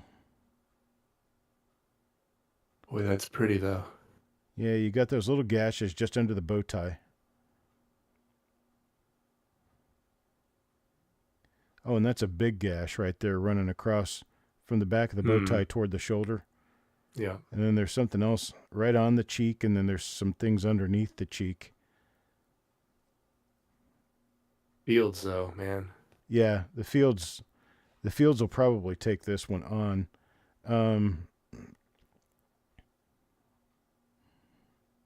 And that would be at best a 66 on the reverse, a 5 probably.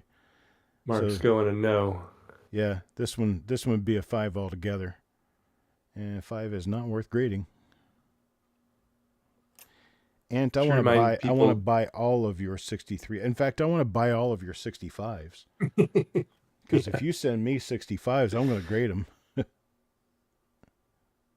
Just remind people to like the video Like, too. subscribe, all that good stuff. Mm-hmm. Anybody who's here for the first time, welcome. Yeah. That's got a big hit on the rim below the L of Liberty. Big old shiny hit. That will be noticed. This is a 6 tops. Oh, it's pretty though. We'll try this and see what happens. Why not? An experiment, right? Sure. For Sometimes they science. sometimes they don't mind if it's a really clean coin, they don't mind a few infractions. Man, that's pretty. Here she comes. Oh, yeah.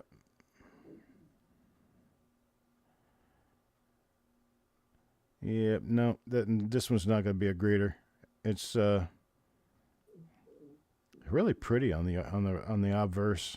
It just has too many little things going on. Wow. It's amazing. I mean, just to get a coin that everything is perfect. That's Oh yeah, really showing you how difficult that is. right. Well, that's why the Yeah. grading services have been in business for 30 years, 35 years, and they only have 5, 6 in a lot of the big top grades Mm-hmm. because that's all they've ever seen. 5 or 6 of them that are worth that. Then you got everybody wanting to send in all their rolls of coins and think that, well, that's a 7, that's a 7, that's a 7. No, no, no, no. Oh, nice. Okay, this one's too pretty to say no.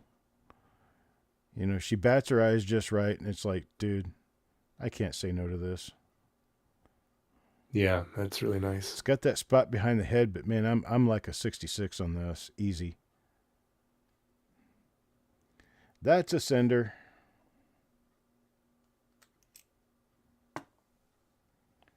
Let's see what's this. 62D. Okay, we have to change dates on this because 62D is going to be very different. Yeah. I think the approach on 62D has to be from a different wavelength here. Let's see. PCGS 62D red is 34. A 67 is 1100. Yep. And then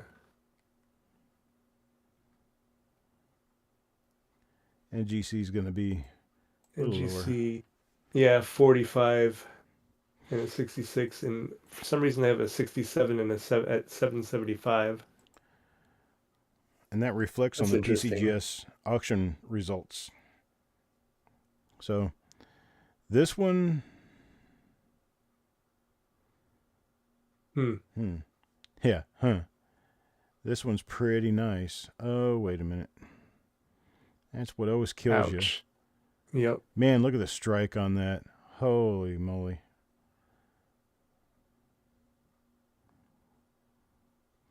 I'm sending this in anyway. What's it going to cost me?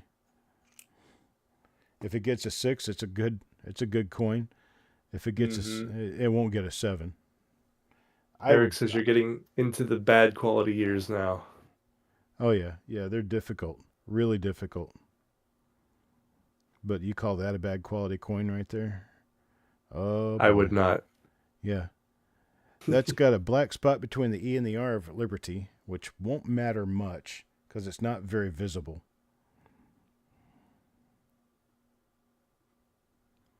Wow. That thing out in the field above the 2 is going to be its biggest nemesis on the obverse here. On the reverse, oh, yeah, this one's going in. There's some chance if somebody sneezes while they're filling out the form, this one could get a 7. I noticed you're not wearing gloves there, Chuck. I wash my hands off really, really well with Hmm. antibacterial soap before I start, and I don't touch the obverse and reverse.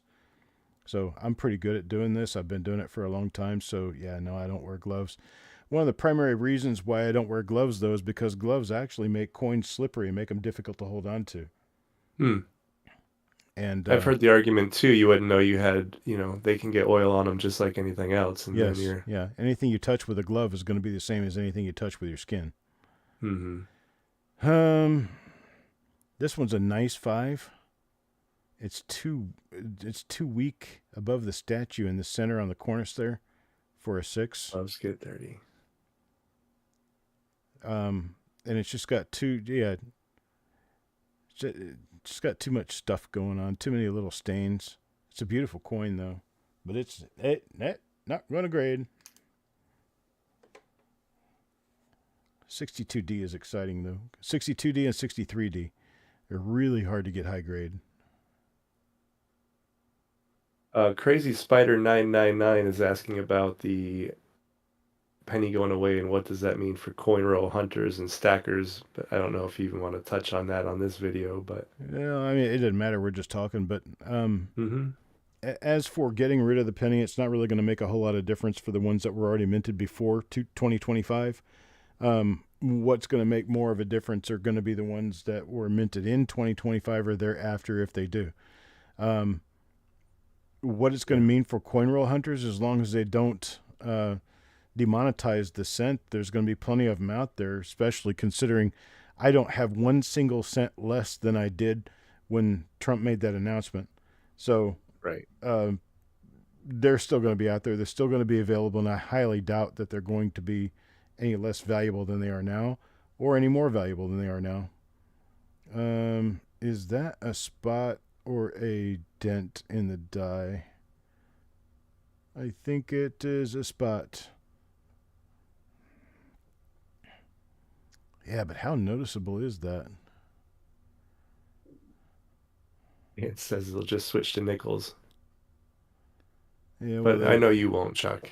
Yeah, I'm I'm not actually allergic to nickel, but I think I'm allergic to pictures of Jefferson or something. I just can't do nickels. They're just nasty. Yeah, I think I'm gonna try this one. Is that Ant's flatness on the giving this one a 6? 66, so it's probably a 69, I'm guessing. All right. That 6 and that D are flattened. Mm-hmm. I'm not sure how much I like that, but it took me a while to notice it. Maybe it won't. Maybe it will them too. All right. Next up.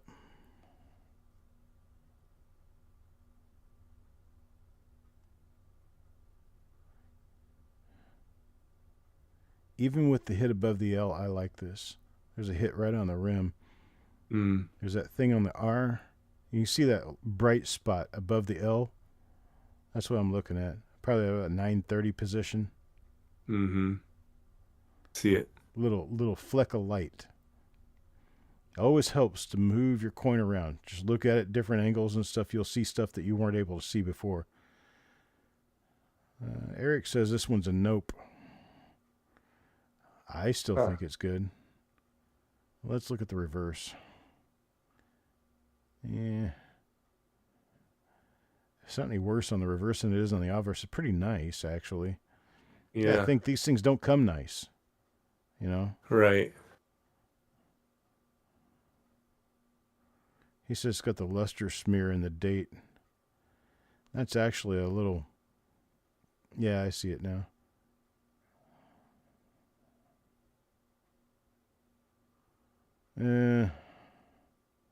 I'd still go for a 6 on this. It's still worth it. I need more coins to grade. So you wouldn't do anything to these coins, right? Like remember No. what was the stuff you talked about in the one video with Q-tip Xylol? and the yeah. Yeah, Xylol or Xylol isn't really going to hurt these any, but I wouldn't put anything on them because they don't need anything. That's Okay. part of the point, you know. Sure.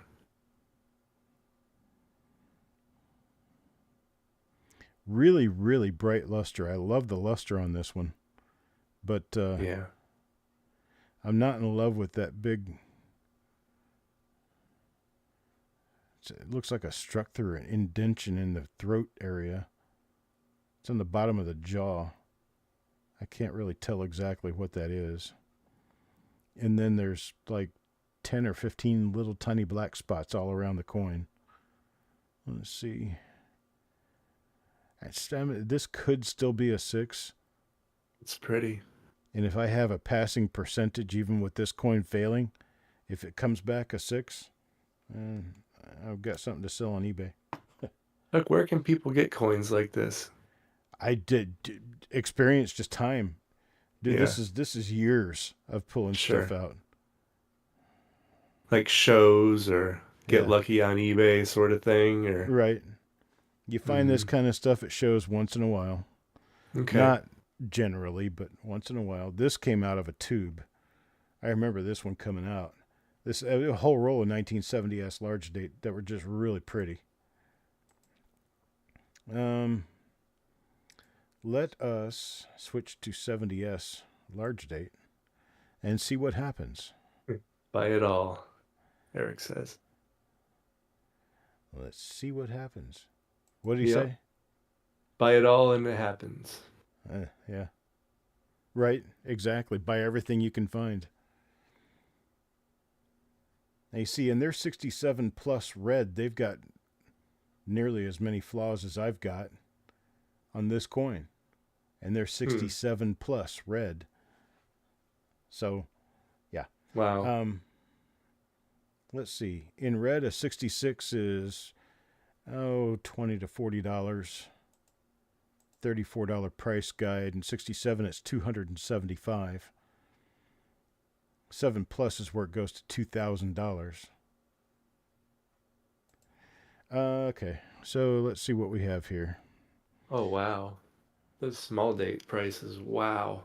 Yeah, that's because small dates simply don't come like this. Um, Hmm. I mean, this is a decent 6. I don't think it's going to go 7, but that's a nice decent 6. It's got a lot of luster. Yeah. And the luster is just slamming on this one.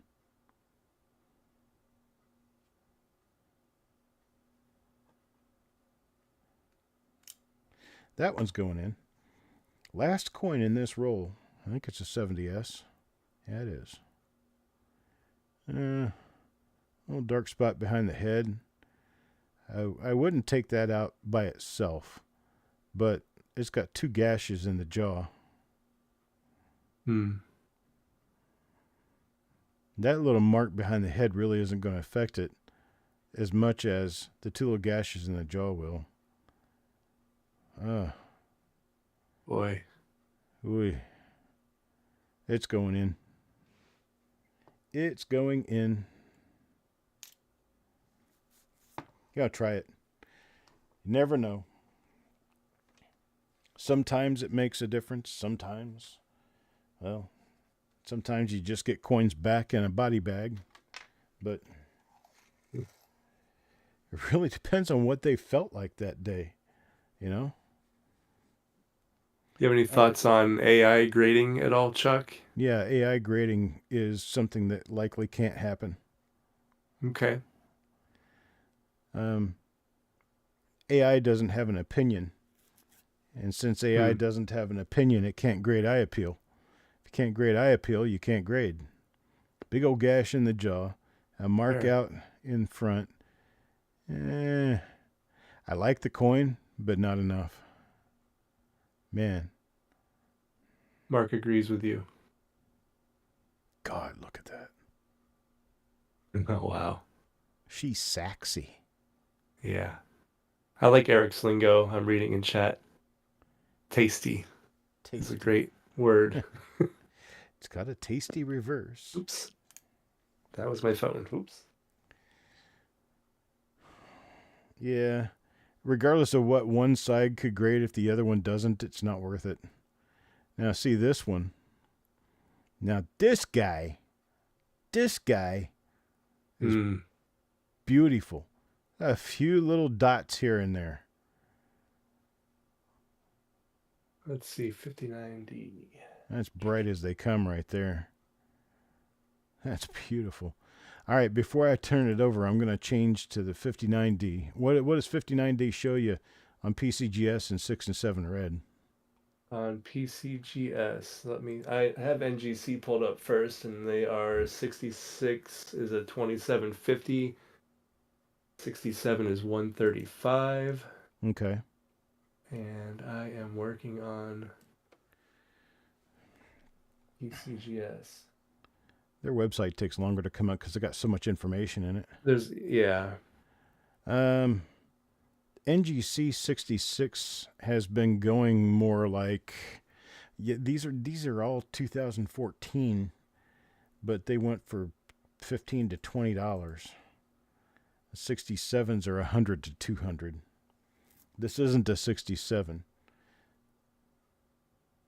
Not a 60. I really like it though. It's pretty. Oh, look at that. Yeah. Wow. Ermagerd. That column number 1 is flaky. The rest of the coin on the reverse, yeah, that one's going in. Why not? 59D 67 plus is $2,700. Yeah, that's because you can't expect something like that ever. Yeah. 9 grand on a 68. Yeah, right? Jeez. That's a 60 plain. Too much crap on this one. It's a nice coin, but there's too much crap on it. Yeah. Wow, that was struck really well. Mm-hmm. It's got too much garbage on it. So what else do you have going on, Chuck? What else? Yeah, what are you working on? You're looking at it. I'm working on the auction for Tuesday. Mm-hmm. Working on picking some rolls to go through for reveals, but I'm going next weekend. I'm going to end up actually going to West Virginia. So Mickey's going to have to show, and he's going to have to help me out with getting everything done so we can get it all done and get out of here. Mm-hmm. I like this one. Probably not enough for grading, but I'm pretty sure it's a 66. In fact, that one's going in. I'll do a 66 on that. Why not? Let's see. Oh.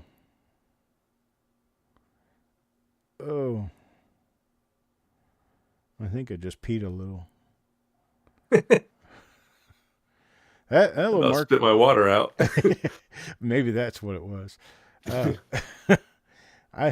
I'm into this one. It's got Wow. a little spot below the D, a little spot below the Y. It's got that little gash above the lapel. Other than that, man, this is a slam bam. Thank you, ma'am. Why do you say That's no, really pretty. Mark? I'm just wondering if that was for the previous coin. I I don't think know. that's been up for a bit. Oh, it has? Okay. I think so. You think so? I like this one. Ant says this one's a 67. Okay, that was previous. Yeah.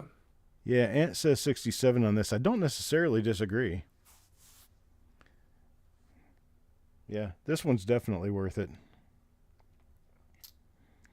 We'll see what happens there. But see, folks, I'm not even halfway through with a submission, though. That's part of the problem. You have to have so many coins. Ooh. Yeah, I want to look at mine too, Eric. Ooh. That's really nice. Got that soft spot out in the field where the nose is pointed. And a little hit in front of the mouth. But man, this thing's... What are you giggling about? Eric's water just broke. It's got a little scuff mark. No, that's actually kind of a fingerprint. God, that sucks. Oh, yeah, it is. Big old fingerprint. Okay, we're going to do something. Eric, put your water back in there. It's funny because I'm muted most of the time, and when I read that, I had to unmute and laugh again. It was so funny. We're going to see if I can get that fingerprint off of there safely. Uh-oh. It's not going to PCGS, so they're not going to do a chemical test on it. They do tests on them? They supposedly do. Huh. And Okay. only PCGS, you're saying, So we can supposedly see. does? Yep. We can see that Okay. fingerprint mark on there, right? Mm-hmm. Yeah. Clearly. Tucked back up.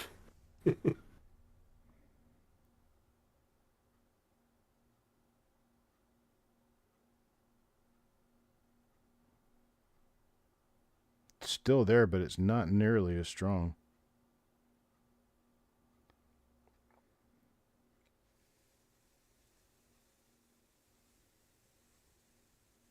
One more time. Right? Nah, it's still there.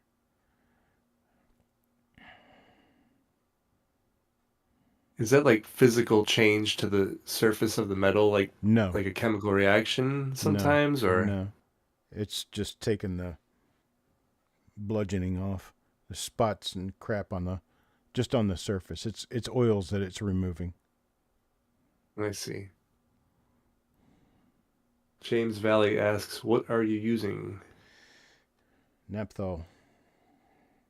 Naphthol.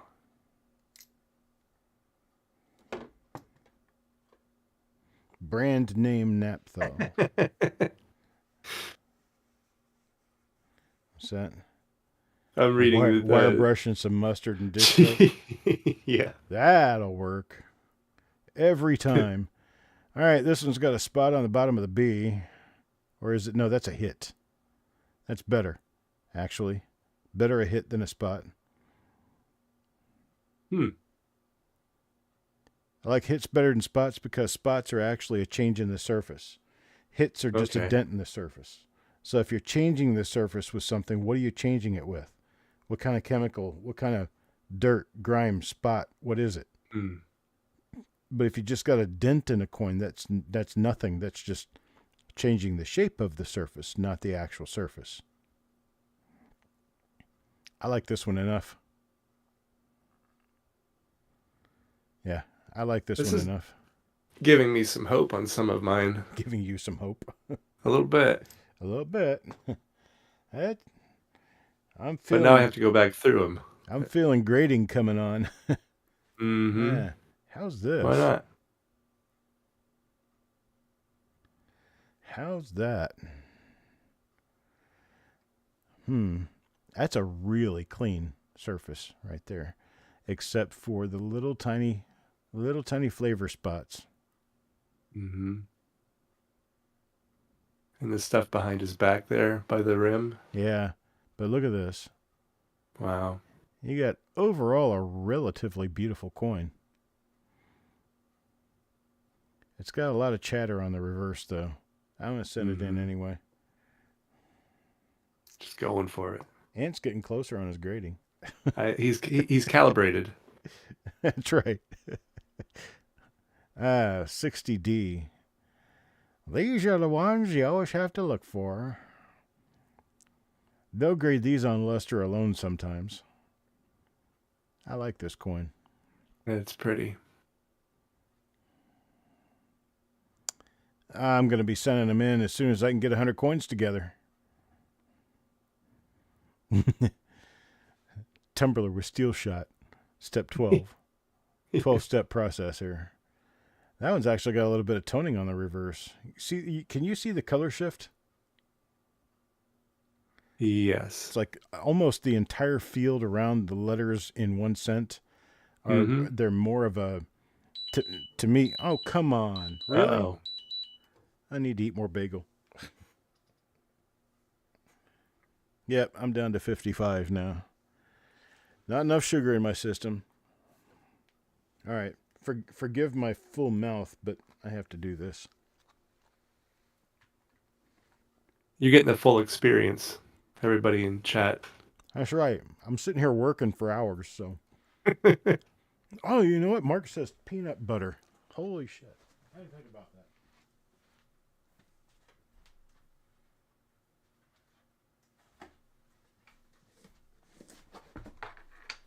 I just happen to have a jar of peanut butter up here.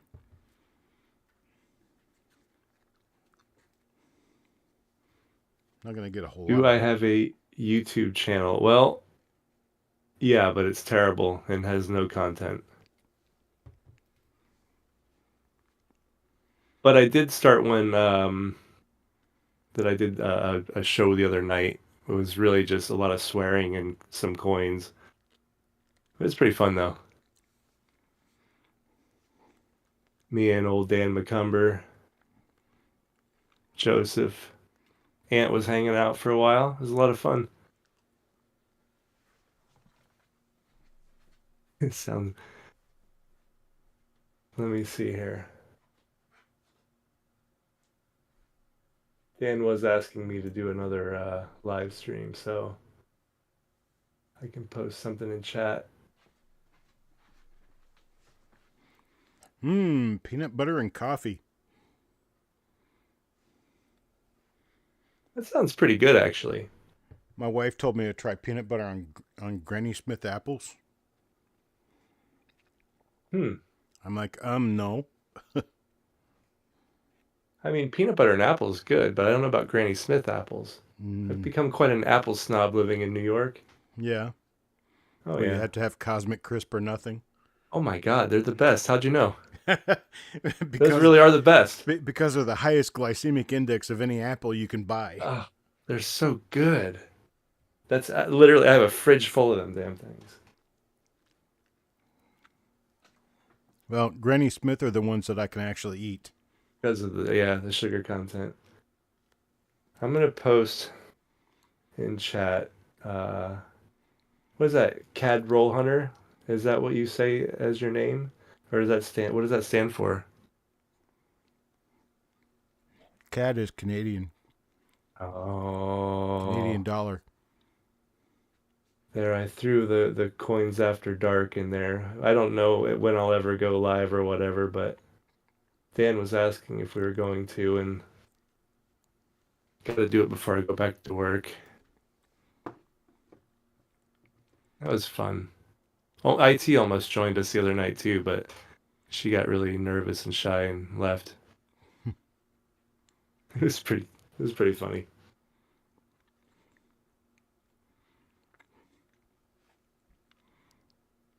I have been within David, the David, safe. I will, brother. I've been within the sugar safe range for about 28 hours now. Oh, nice. Because you were kind of having some fluctuations there. Mm-hmm. Yeah, but now they're fluctuating more like normal people. Sorry about that. You're good, man. Num num New num. job. New job, Eric, is remote. I get to sit here in my bathrobe all day and draft surveys. It's going to be a lot of fun. You know, if I do a meeting on Zoom or something, I'll put a button down on, but I don't have to even wear pants. It's wonderful. Oh, awesome. Thanks, guys. Well, it's at this job when you don't wear pants, you don't go to jail. Yeah, yeah, it's easy. Luckily, I'm good at what I do and I can get away with a lot of crap. I can get away with being me. All right, let's see if this does anything for me. Yeah, my sugar is down to 53 now. Hmm. So let's see. Here, this is what it looks like. Oh, wow.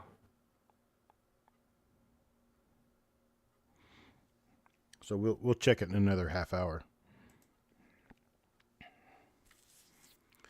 TMI. I wear pants. I'm just saying, theoretically, I wouldn't have to wear pants. That's all. Well, You know, laundry day, something is coming up. yeah, but there was that one time though. You went to work in a dress. You remember that? I do. We call that the best day ever.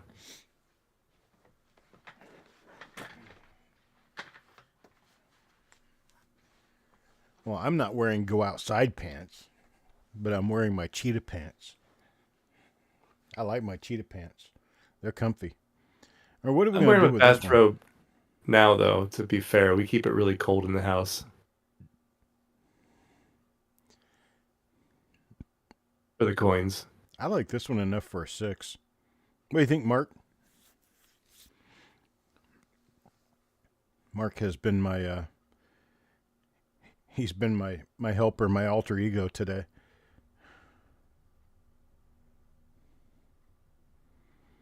He says send that one.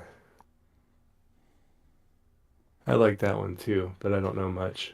Yeah, if it So, gets a 66 plus, it's like a $50 coin. mm-hmm. Oh my.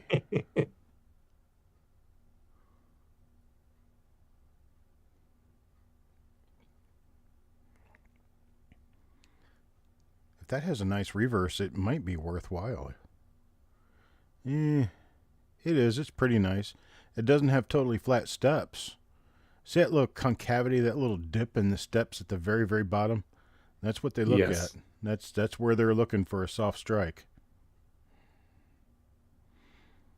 Well, you say it's got something on that chin? Oh, it does. I didn't even notice that. Steve noticed that. There it is. A big hit right on the chin. Oh yeah. I think it's pretty. I think it's worthwhile. We'll send it. See what happens. Wow. Are you just trying to get to 100 now? Pretty much. Yeah. I have like 49. I'm really, really close to a full roll.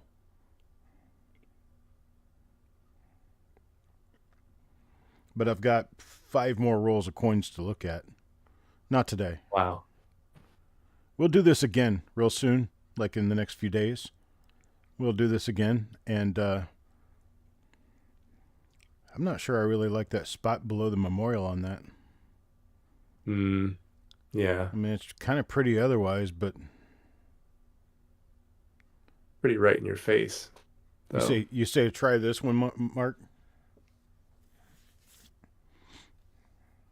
Feel it in front of the nose will hurt this one. Yeah, because he's looking right at that little gash. Mm-hmm.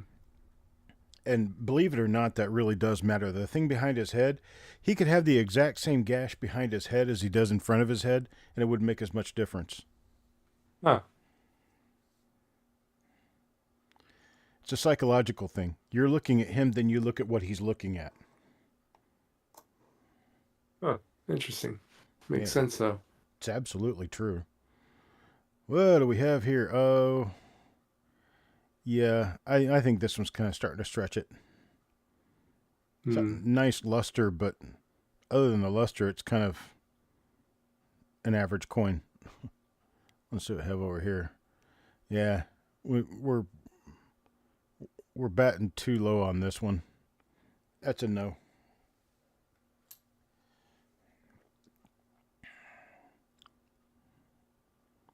This one's probably going to turn out to be a no as well. This came out of one of the Megrig rolls. This came out of a concrete roll. Concrete meaning I had to heat the roll to get the coins out. But man, they were really snug when they were in there. This one's not Yeah. going to go. It's got that hit on column 1. It's got the hit above the E Mm-hmm. in the word 1. It's got that slight weakness in the reverse overall because of the steps. Other than that, it's pretty nice on the reverse. But that being enough to kind of make it unappealing.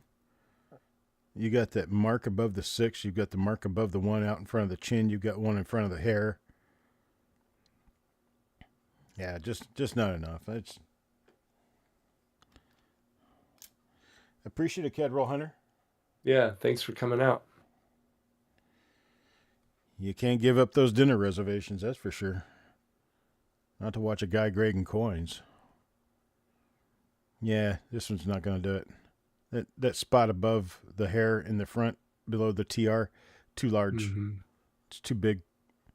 Too much of a carbon spot there. Let's see what we have on the reverse on this one just for fun. Little spot between the IT. I will be right back. All right, I'll be right here. Weak strike. Yeah, we're going to go with a no on this one too. Wow, my no roll is almost full. Let's see. Oh, this is pretty. This is pretty. I like that. What about this side? It's pretty nice. That'll at least 6. It's a nice 6.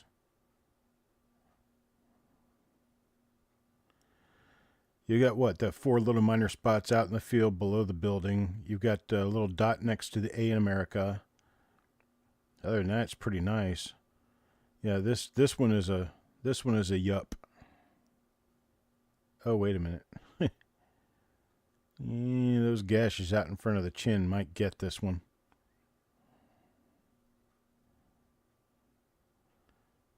I'll give it a shot anyway. We'll see. That's one full roll. One roll of graders. All right, let's work on roll number 2. I have, 1, 2, 3 full rolls of coins left to go through. I'm going to do this probably in the next few days, but I think I'm going to be cutting it off here pretty soon. Let's finish this roll. I've got about 8 coins left in this roll. That's got a dark spot right on the coat and pretty big gash in the behind the jawline under the ear. So this one's going to be a no for grading, but let's look at the reverse anyway.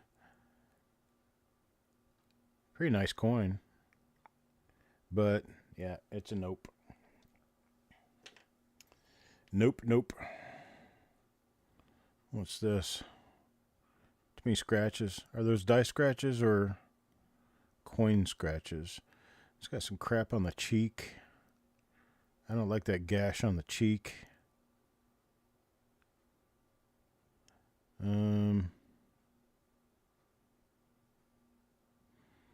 Pretty strong looking coin otherwise. This would be good to see on a 55-inch TV. Right? Heck yeah. So the cheek is really a bad spot. Mm-hmm. Like that's, yeah. It's got 3 pretty decent size hits right on the cheek. Mm-hmm. So that will probably make it a nope, but I just love that coin. There's other parts about it that just make it really nice. A lot of these have these little tiny black spots. So out in front of the forehead and down below the E in Liberty are what I really notice. It's very clean otherwise. So let's look at the reverse. Give it a shot and see. Not too weak. It's probably a 6. So that's a $15, $20 coin.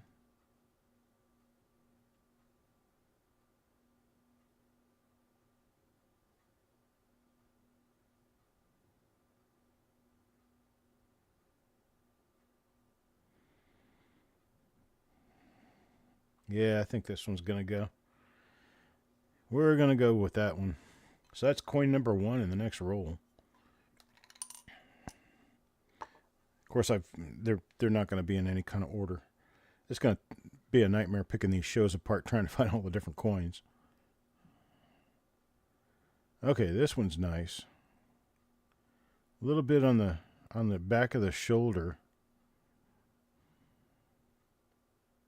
What's that in front of him? Just the kind of haze. Well, there's a In front of his... it's just part of the luster, I think. Or no, maybe Gotcha. that is a fingerprint. I think that's a fingerprint. Yeah. Reverse is pretty nice. Doesn't have a really good strike, though. I'm going to nix this one. Hey, your lighting's really nice. Yeah, this is the lighting for the Dynoscope, and it's got I've got another lamp up above it. I like this one. Yeah. It's got a heavy hit right on the collar.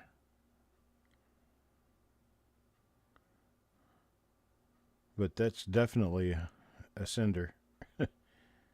If the reverse is okay. Big old gouge on the Z, on the O, and on the E. Steve says this one's a nope.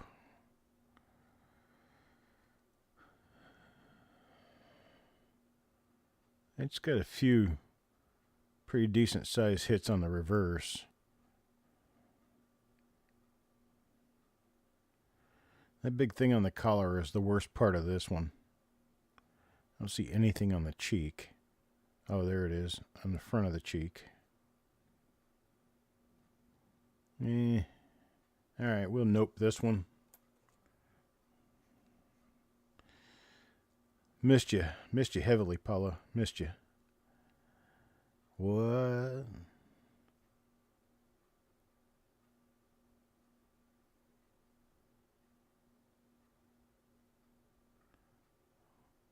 Got a hit on the collar, right behind the bow tie.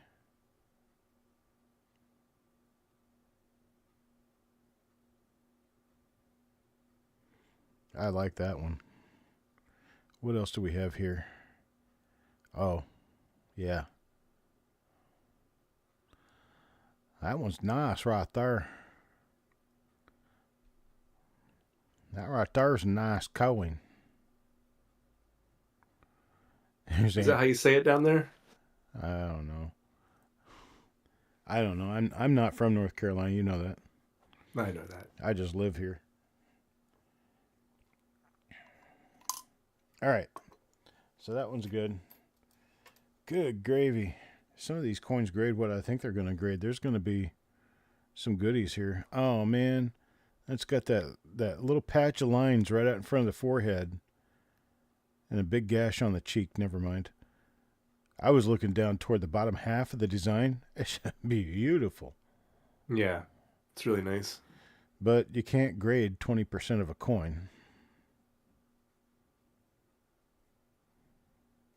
I love the color on this. It's a nice coin, but it's a shame. Yep. Would be nice.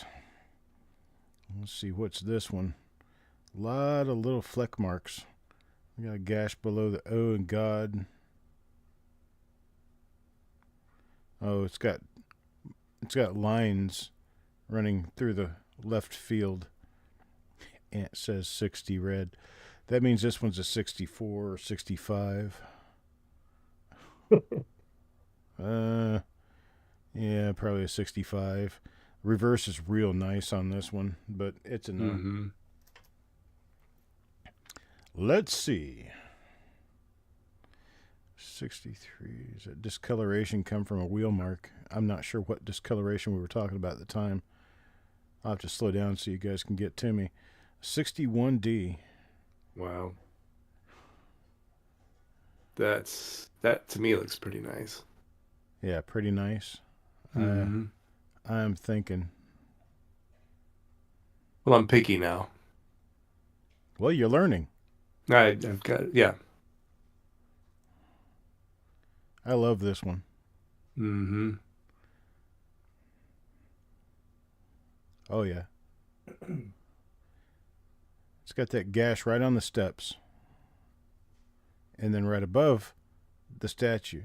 Right on the cornice and right on the steps. Right at the high points. I still like it too much to say no. Does that go to like a 65? No. This one has every day chance of being a 67. Oh, wow. And if that's a 67, it made this submission. Now, do you send these in with a box of chocolates or anything? Cigars? Right?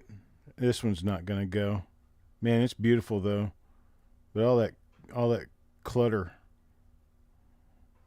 above the above the date. Just look how shiny the date is, though. Oh, my gosh. Ermigirsch. It's beautiful. Weak strike. Big chatter right there on the steps. It looks like somebody dug that out with a shovel. Unfortunately. Beautiful coin, though. That's going to go in a Dansko right there. That's going to be a nice one. Oh. Oof.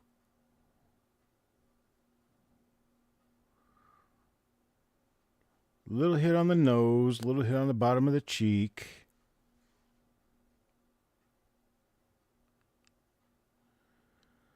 Dude, you're getting a Dell. Oh, yeah. Wow. I'm too sexy for my coins. What does Eric say about this one? He must have a term. Right? Don't know what he says, but Ant's able to pick out every single little thing about it. Thing is, Ant, you're looking at this at like 150 times normal size. Right. No, this isn't a 65 plus. This one could get the 67 I'm looking for. Wow. Yeah. This is how do we know that it's this coin, Boy, that would be a good one. right? How do we know next time we see this? It'll be in a slab for sure. It's got that gouge right on the forehead, right above the temple. You can see it right now. Yep. That's kind of unique. That's a carbon spot on the L. I don't. There's no carbon on the L, bro. There ain't nothing on that L. That bright as they come. All right, I'm gonna quit touching it. This one's gonna go ahead and go in a grading flip. That one could very well be a 7. What's a 7 grade? 61D. It's gonna be 1250 on NGC, so A what? 1250 on NGC. Drinks on me. Yeah, right. I'll be right down there. Yeah, right? All right, here's the next one. Man. 67 plus would be pretty good too. Yeah, On 67 plus to buy my freaking house. yeah. Wow. This has got that one spot in the field above Liberty.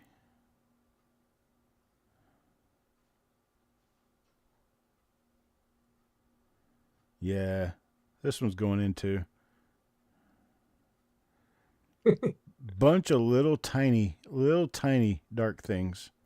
It's got that haze below the memorial building, but look at the reflection of my thumb. Look at that reflection.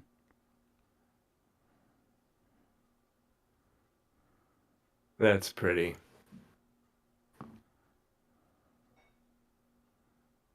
Yeah. See any of these that come back a 7? If I get a 61D in 7, I'm definitely going to send it to PCGS for a crossover. And what's that about? Well, PCGS coins sell for more money. I'm not saying they grade higher, they grade better, or anything else. They just sell for more money. Mm-hmm. There's more market acceptance for those. So if you get a 67 and an NGC holder and you send it into PCGS for a crossover, you're going to pay about $20-25. And if they don't agree that it's a 67, they'll just send it back to you. If they agree that it's a 67, they'll crack it out and they'll grade it a 67, charge you for the grading, and send it back to you. If you get a 67 grade on a 61D in, that isn't true, DC. NGC is not more lax. That's a historic thing. Okay, through time, yes, PCGS has been easier. PCGS has been harder to grade at the same grades that NGC would grade at. But that doesn't necessarily mean they're easier. Essentially, here's the gig. Especially lately, NGC has been grading about even with PCGS. So if you get a 67 and an NGC holder, and you look at that coin and you can't see flaws that they missed, send it to PCGS. Because if it comes back a 67 in PCGS, you're going to get 20-30% more money on it. And that's exactly right what Paula says. More registry sets. More people care about PCGS grading because they play the PCGS registry. You don't play the PCGS registry with NGC graded coins. Oh, okay. That makes sense. I didn't know that.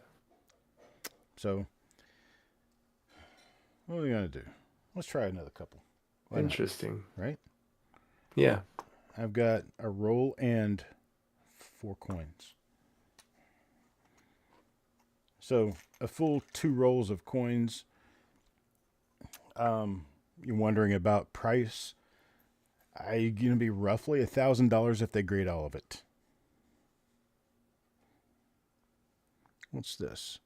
Oh, another 70s. Dude, that's got that gash out in front of the nose.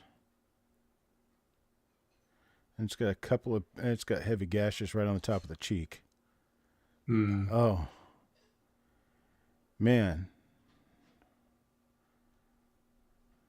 I just about lost my bladder on that one. It's pretty. It's really pretty. It could 6.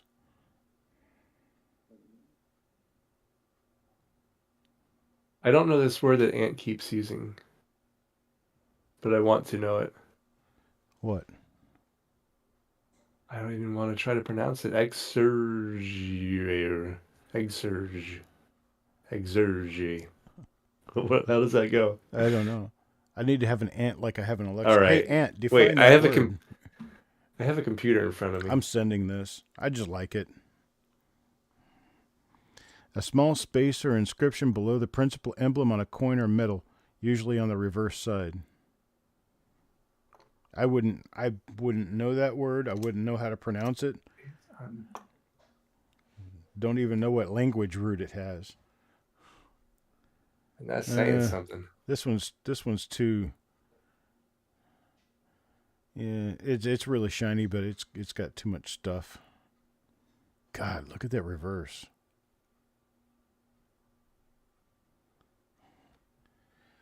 All right, Mark. Okay. Mark says no. Skip it. Oh. Oh. Wow.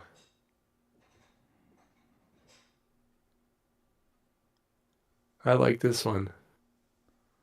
Yeah, me too. It's got a big hit on the shoulder. It's got a hit on the back. It's got a hit right on the bow tie. Reflector. Yep. But man, that's Oh God, Eric. oh jeez. We're gonna have to boot Eric out of here. Yeah, what's going on here? Suddenly I'm not swearing and Yeah, right. saying We had this long talk. we did. It's got something going on above the IB. But man, that's such a nice. Oh, look at this. Wow, how'd that do you, Eric? Jeez, look at that. Eric, yes, it's pretty and my name is not God.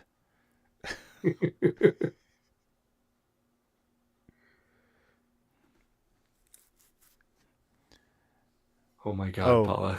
and the weak steps, that's part of the design, brother. You're never going to see a 71 with steps better than that.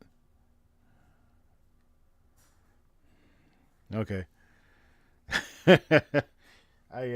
This one's going in. This one's going in. In person, just to look at the coin, it looks absolutely perfect. So yeah, that's probably going to be a 7 if it doesn't grade higher. Oh, what about this? Yes, it has that haze, but you got to look at this one for hits and luster.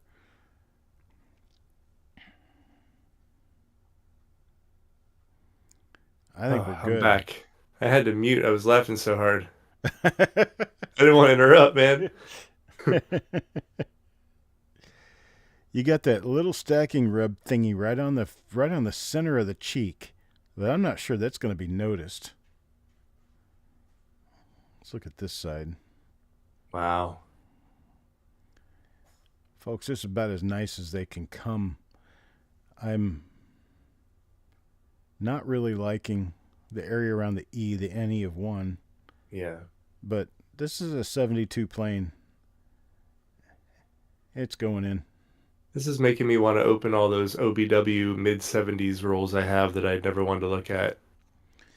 Then just go look at the population report and stop. Yeah. Wow. Couple of little chatter marks here and there. I think I'm seeing a hint, just a very light hint of a fingerprint on this. By the date? Above. Oh, I see it. Way out in Yeah. front of the mouth and nose. Yep. Oh, I think it's connected to those yeah, two I'm marks in front of his broadcasting. It's chin. okay, though. Thank you. Yeah. Mama knew I was having blood sugar issues. She brought food to me. Hmm. Yeah. Let's see here. Yeah, Mark says no on this one. I have to tend to agree with him on that. This has got too much of the coloration haze stuff, and I'm seeing a hint of a fingerprint above the date. There's something about it Yeah, I see it too. something about it I don't like. It's a nice gem coin. What about this one? Okay. Got a little bit going on up in the top right. But we'll have to look at the reverse on this one. A little smack right on the steps and in the lower field. But this one's going in for a 6. It could get a 7, but I doubt it.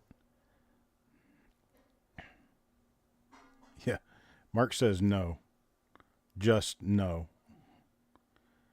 Yeah, I know. That chatter is a little heavy. Oh, and it's got that big gash right on the cheek. Mm-hmm. Yeah, it's a no. But I think I this didn't. roll is probably full of 72s.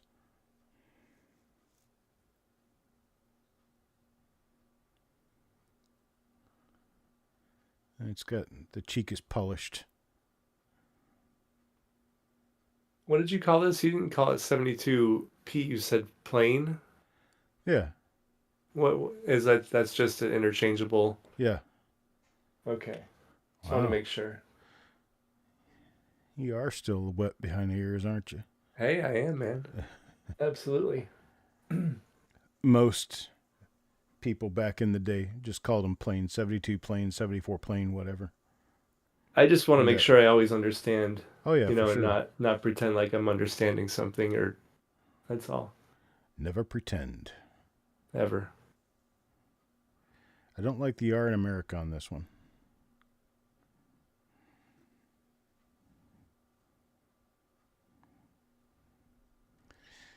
But you know what? Never hurts. Otis is liking it. They'll probably put a 6 on that.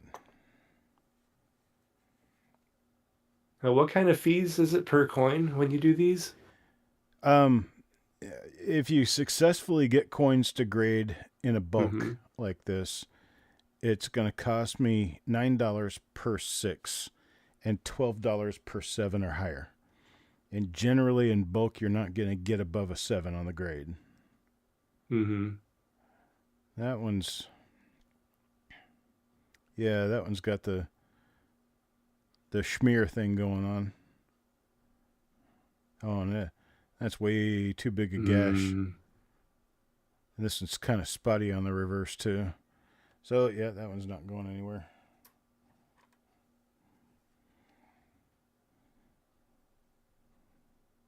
Lots of no's. This one's very shiny. Look at the luster on that. Oh my god.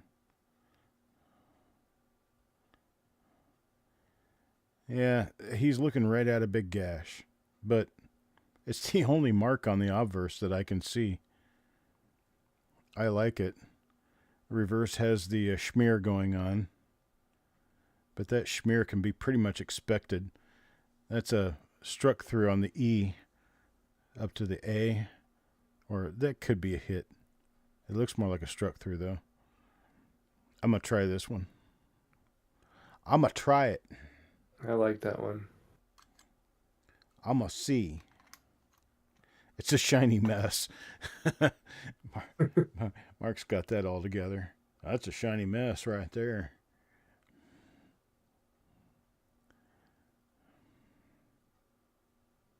Yeah.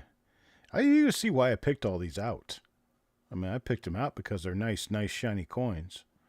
But when you get them under a scope, they show a little more than what these people are going to see when it comes time to grade them. This one's going in. Even though it has a few little issues, I think it's too nice not to send it in. Can you give me the numbers on a 72 plane? Yeah, I was just looking at that. Got 25 and a 66, 275 and a 67, and that is NGC. It's kind of dumb not to do it then. Yeah, that's what I'm thinking. Like, why wouldn't you? I mean, if it doesn't, if it costs you half that to do it, right? Is that kind Right. of the Yeah, that's kind of the thought. Hmm. This one could actually do it too, even though it's got that smear on it.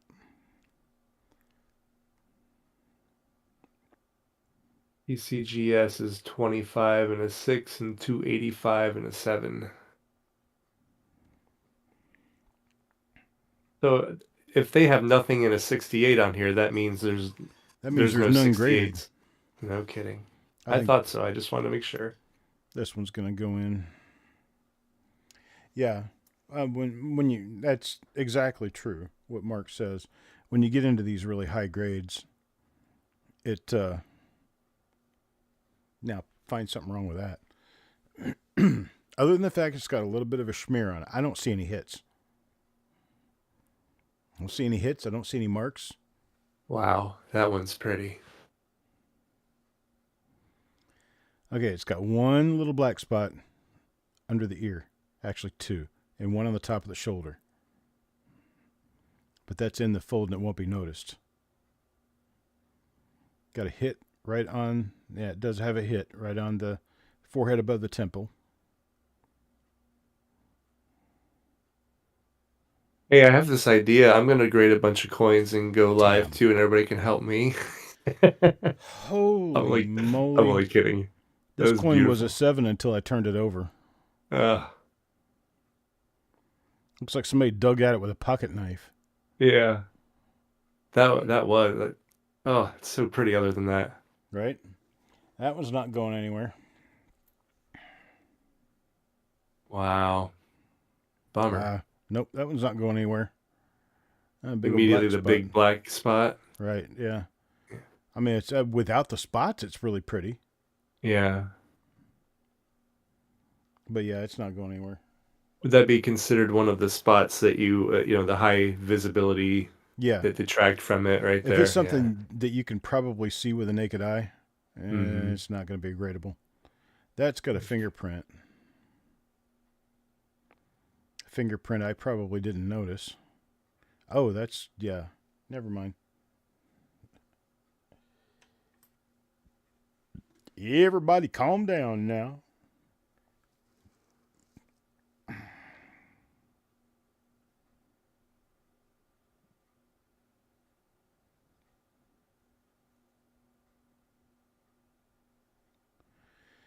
See, that gash out there is exactly in the wrong place. You're looking right at it. To just think if this were a die number 4. Oh yeah. Oh my God. It'd be a $10,000 coin. I thought I had one of those and we disproved that the other day. Paul Sasso did. Uh, Dream Crusher, I call him. that's nice reverse. Pretty on the backside. Yeah. But that's an immediate no-go when you have that gash right in front of him. Yeah, it's okay. So here's a 74 plane. I know these aren't all that much because 74 plane actually isn't that hard to get. Let's go check it though anyway. I think a 6 is going to be $20 or $25 and a 7 is going to be more like 50 or 60. I'm on NGC, and then that one is 1250 and then 145 and a 67. 145? Okay. Yes, A little sir. bit higher than I thought. Mm-hmm. I am I'm kind of looking up unable. the PCGS now. Is It'd be they nice have if they would differentiate between the large and small date on these, right? That's true. but Good they point. don't. This one is a large date, by the way. Same thing because we're the 9 points. No, no, it's got nothing to do with that. I Um, see. the large date, the motto nearly touches the rim, and on the small date, it's a little farther away. But the Oh, most distinct difference between the large and the small date is the 7.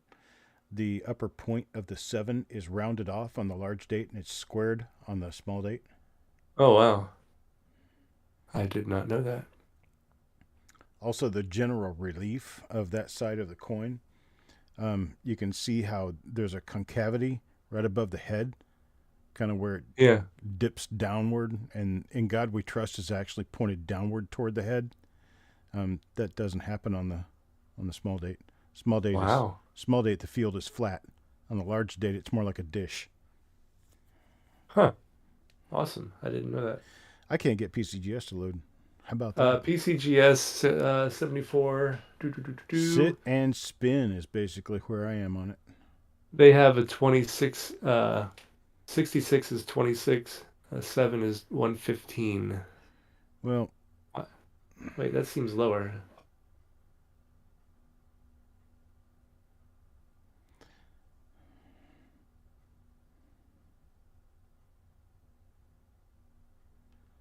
yeah, I'm kind of feeling a 6 on this one. I'll send it. We'll see what happens. Hopefully, I've got more 74s in here to set it up. It's a bright coin, a really nice luster. Luster, a lot of times when you just look at the coin, can carry it. Huh. If you got a really bright luster coin that hasn't been monkeyed with, sometimes you can get it even with puck marks in it. It's another large date. This one's got some color. Just a little Yeah. bit. It's got that hit above Liberty. The hit above Liberty is about all this has. I mean, I see a few minor things like down below the 4 of the date, 74. Oh, it's got a big hit right on the collar, right on the coat collar. Big hit right on the coat collar. We'll see what the reverse DC looks like. called that right away. Who's that? DC. Oh, yeah? I'm watching watching the comments too. It's Yeah, really good. It's fun. This is a lot of fun. yeah. I like this one too much. I'm not going to let it go. I'm going to send it in. And it's giving it the 64 red stamp. 64. Oh, that means it's a 7. I know. Another large date. This one's not as nice. It's got a little bit of milk spotting on it, Mm-hmm. especially there between in and God. You know what's causing that generally? The way the planchet was cleaned Hmm. prior to use. Got Yeah, it. there's just too much of that little stuff. Plus, there's that haze going across the reverse. I'll call that one a no. That's a pretty nice 6, but it's never going to grade a 7. Mm-hmm. And it's got right on the coat, right on the middle of the Oh, coat, and under it's the so B. close. Yeah, it's got a couple of little scratches below the OD of God, right at the top of the head. Yep, that's all it is. Bad planchet wash. Hmm. Um, this one I think could grade pretty well though, even though it's got that spot right on the middle of the coat. It's otherwise really nice. Mm-hmm. I'm gonna try it. I wonder if they have the same thing when they're grading coin after coin after coin, just like you like wanted to get whatever filled up, and they're like, "All right, okay, this one's great. This one's great." Yep. They never know which ones were the last 3 or 4 you picked to throw in there Right. just to make it 100 coins. Yep. Ooh, Another large date. Large dates grade nicer than the small dates do.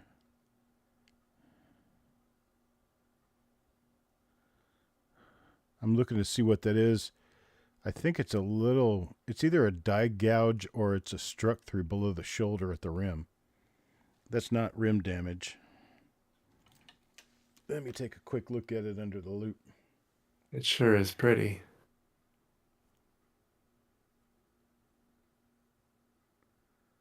That looks like a little fleck of metal, like a little burr. It's very small. Below the date, there's a mark below the date. That's a gash. A few little gashes above 74.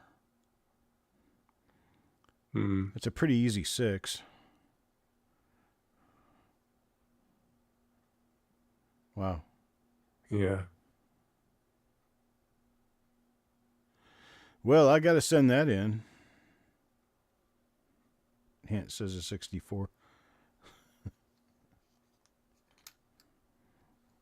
And you're going to be surprised, buddy. You're going to be pleasantly surprised. Actually, it may not be so pleasant if you've ever thrown stuff back because you thought it wouldn't grade. All right, 74D. This is a small date. See how sharp the top of the 7 is? Yes. And Oh, okay. And you see how the field up top doesn't make a dish? Mm-hmm. That's what the small date looks like. And that's also a prisoner scent. Yeah. I was just going to say that. Sometimes I should just leave well enough alone. I moved it so I could see it better, and I just made it where I couldn't see it. Let's see what 74D says. Because I think 74D is a little tougher than 74. Maybe. 74D, NGC 66 is 20. 67 is 130. So really no difference. Yeah, same. And 74D. Well, too bad it's not aluminum, apparently. Yeah, apparently, right? If it was aluminum, I don't think I'd be sending it in. I'd be afraid it would never come back. Yeah. I'm looking at these, like, I didn't realize there's very few 68s, especially in the early 70s. And oh man, 68's nearly impossible to achieve with a lot of these. Huh. These are some of the nicest coins you'll ever see from these particular issues. No kidding. And you can see that they're nowhere near a 69. Right. I like this, but I don't think I like it enough to send it.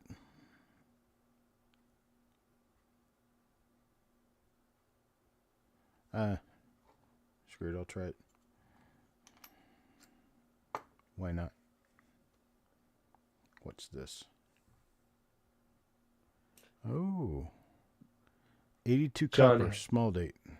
John Hanna in chat saying it's an excellent presentation of how a whole lot of seemingly brand new looking scents are flawed in some, what do you say? I'm sorry, but how they're flawed, basically. Yeah. Which, it's pretty neat. Well, you also have to think of the crap these things went through before they got to me. I mean, dancing around in a bin with a whole bunch of other coins and have a half a ton of coins stacked on top of them and all that. This is a 82 Philadelphia small date copper.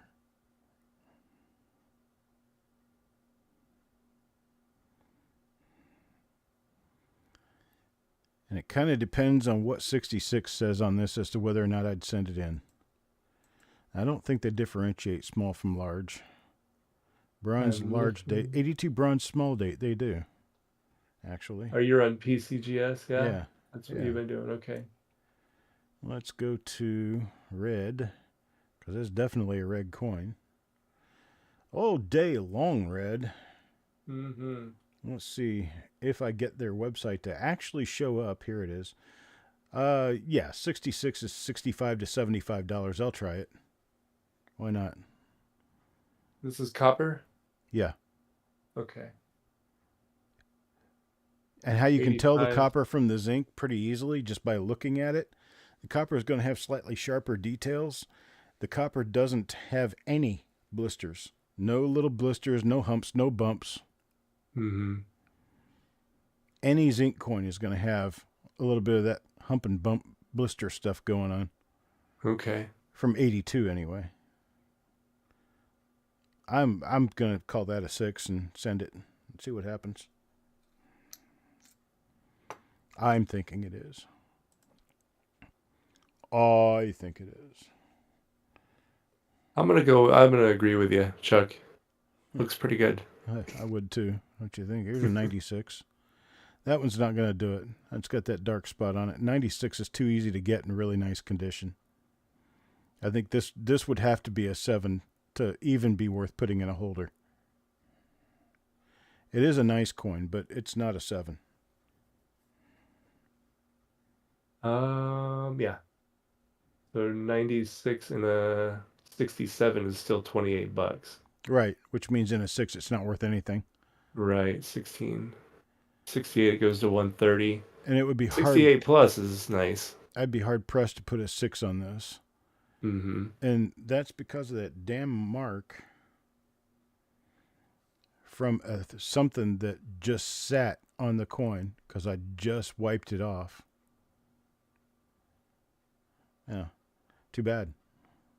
Too bad, so sad. That's going in the zinc pile. Next,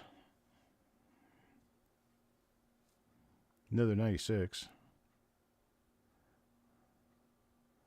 This one's nicer. I like that one. This one's nicer. So I don't know his forehead though, a little vertical. Oh yeah, it's got a little gash. Yeah, a little gash above the eye up there. Or is that a gash? I don't know. It's hard to tell. I have to look at it with my loupe. I don't know all the little details. Yeah, it is. It's actually two. Sure is pretty though. There's actually two little gashes up there. All right, let's look at the other side. Nah, this is going in. This will probably get a 7. Wow. It's got a little dark spot just above column 7. 8. Column 8.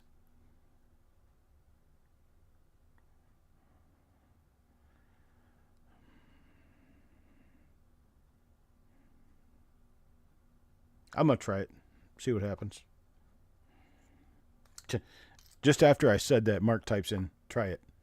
Yeah, that's funny. I'm also looking at just going through PCGS and looking at all these. I need to spend more time doing this. Like, right? Yeah, you'll figure it out once you start actually playing around and getting more experience looking at coins.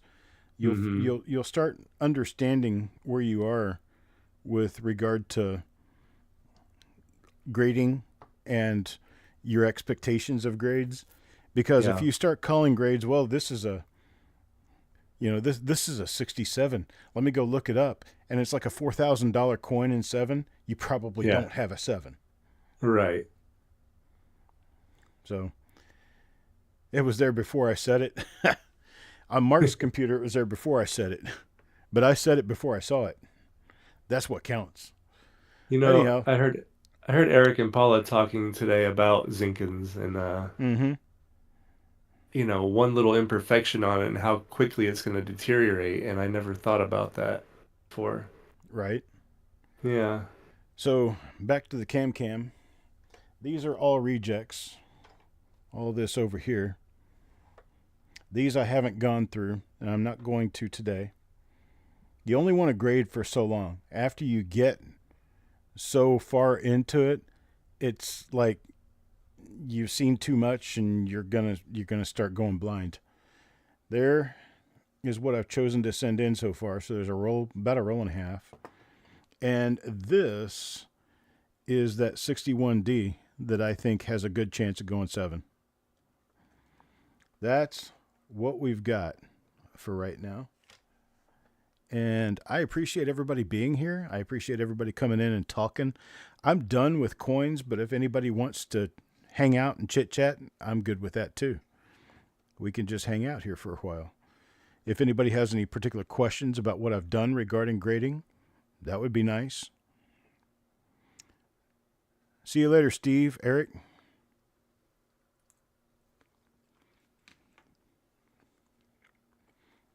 John, appreciate it. Yeah, it was a lot of fun. I feel like I learned a lot. Well, good. That's Yeah, exactly what so I wanted, to be able to do something that not only got me somewhere, but could possibly get other people somewhere too. totally. Really appreciate it, man. I could sit here in my bunny slippers and do this by myself, but it's more fun with other people around. Certainly. Yeah, I think I'm going to go ahead and chime out for now. But I appreciate it. Thanks, guys. I appreciate you being here. Yeah, thank And you, Chuck. we'll chit chat at some other point. See you guys. Take care.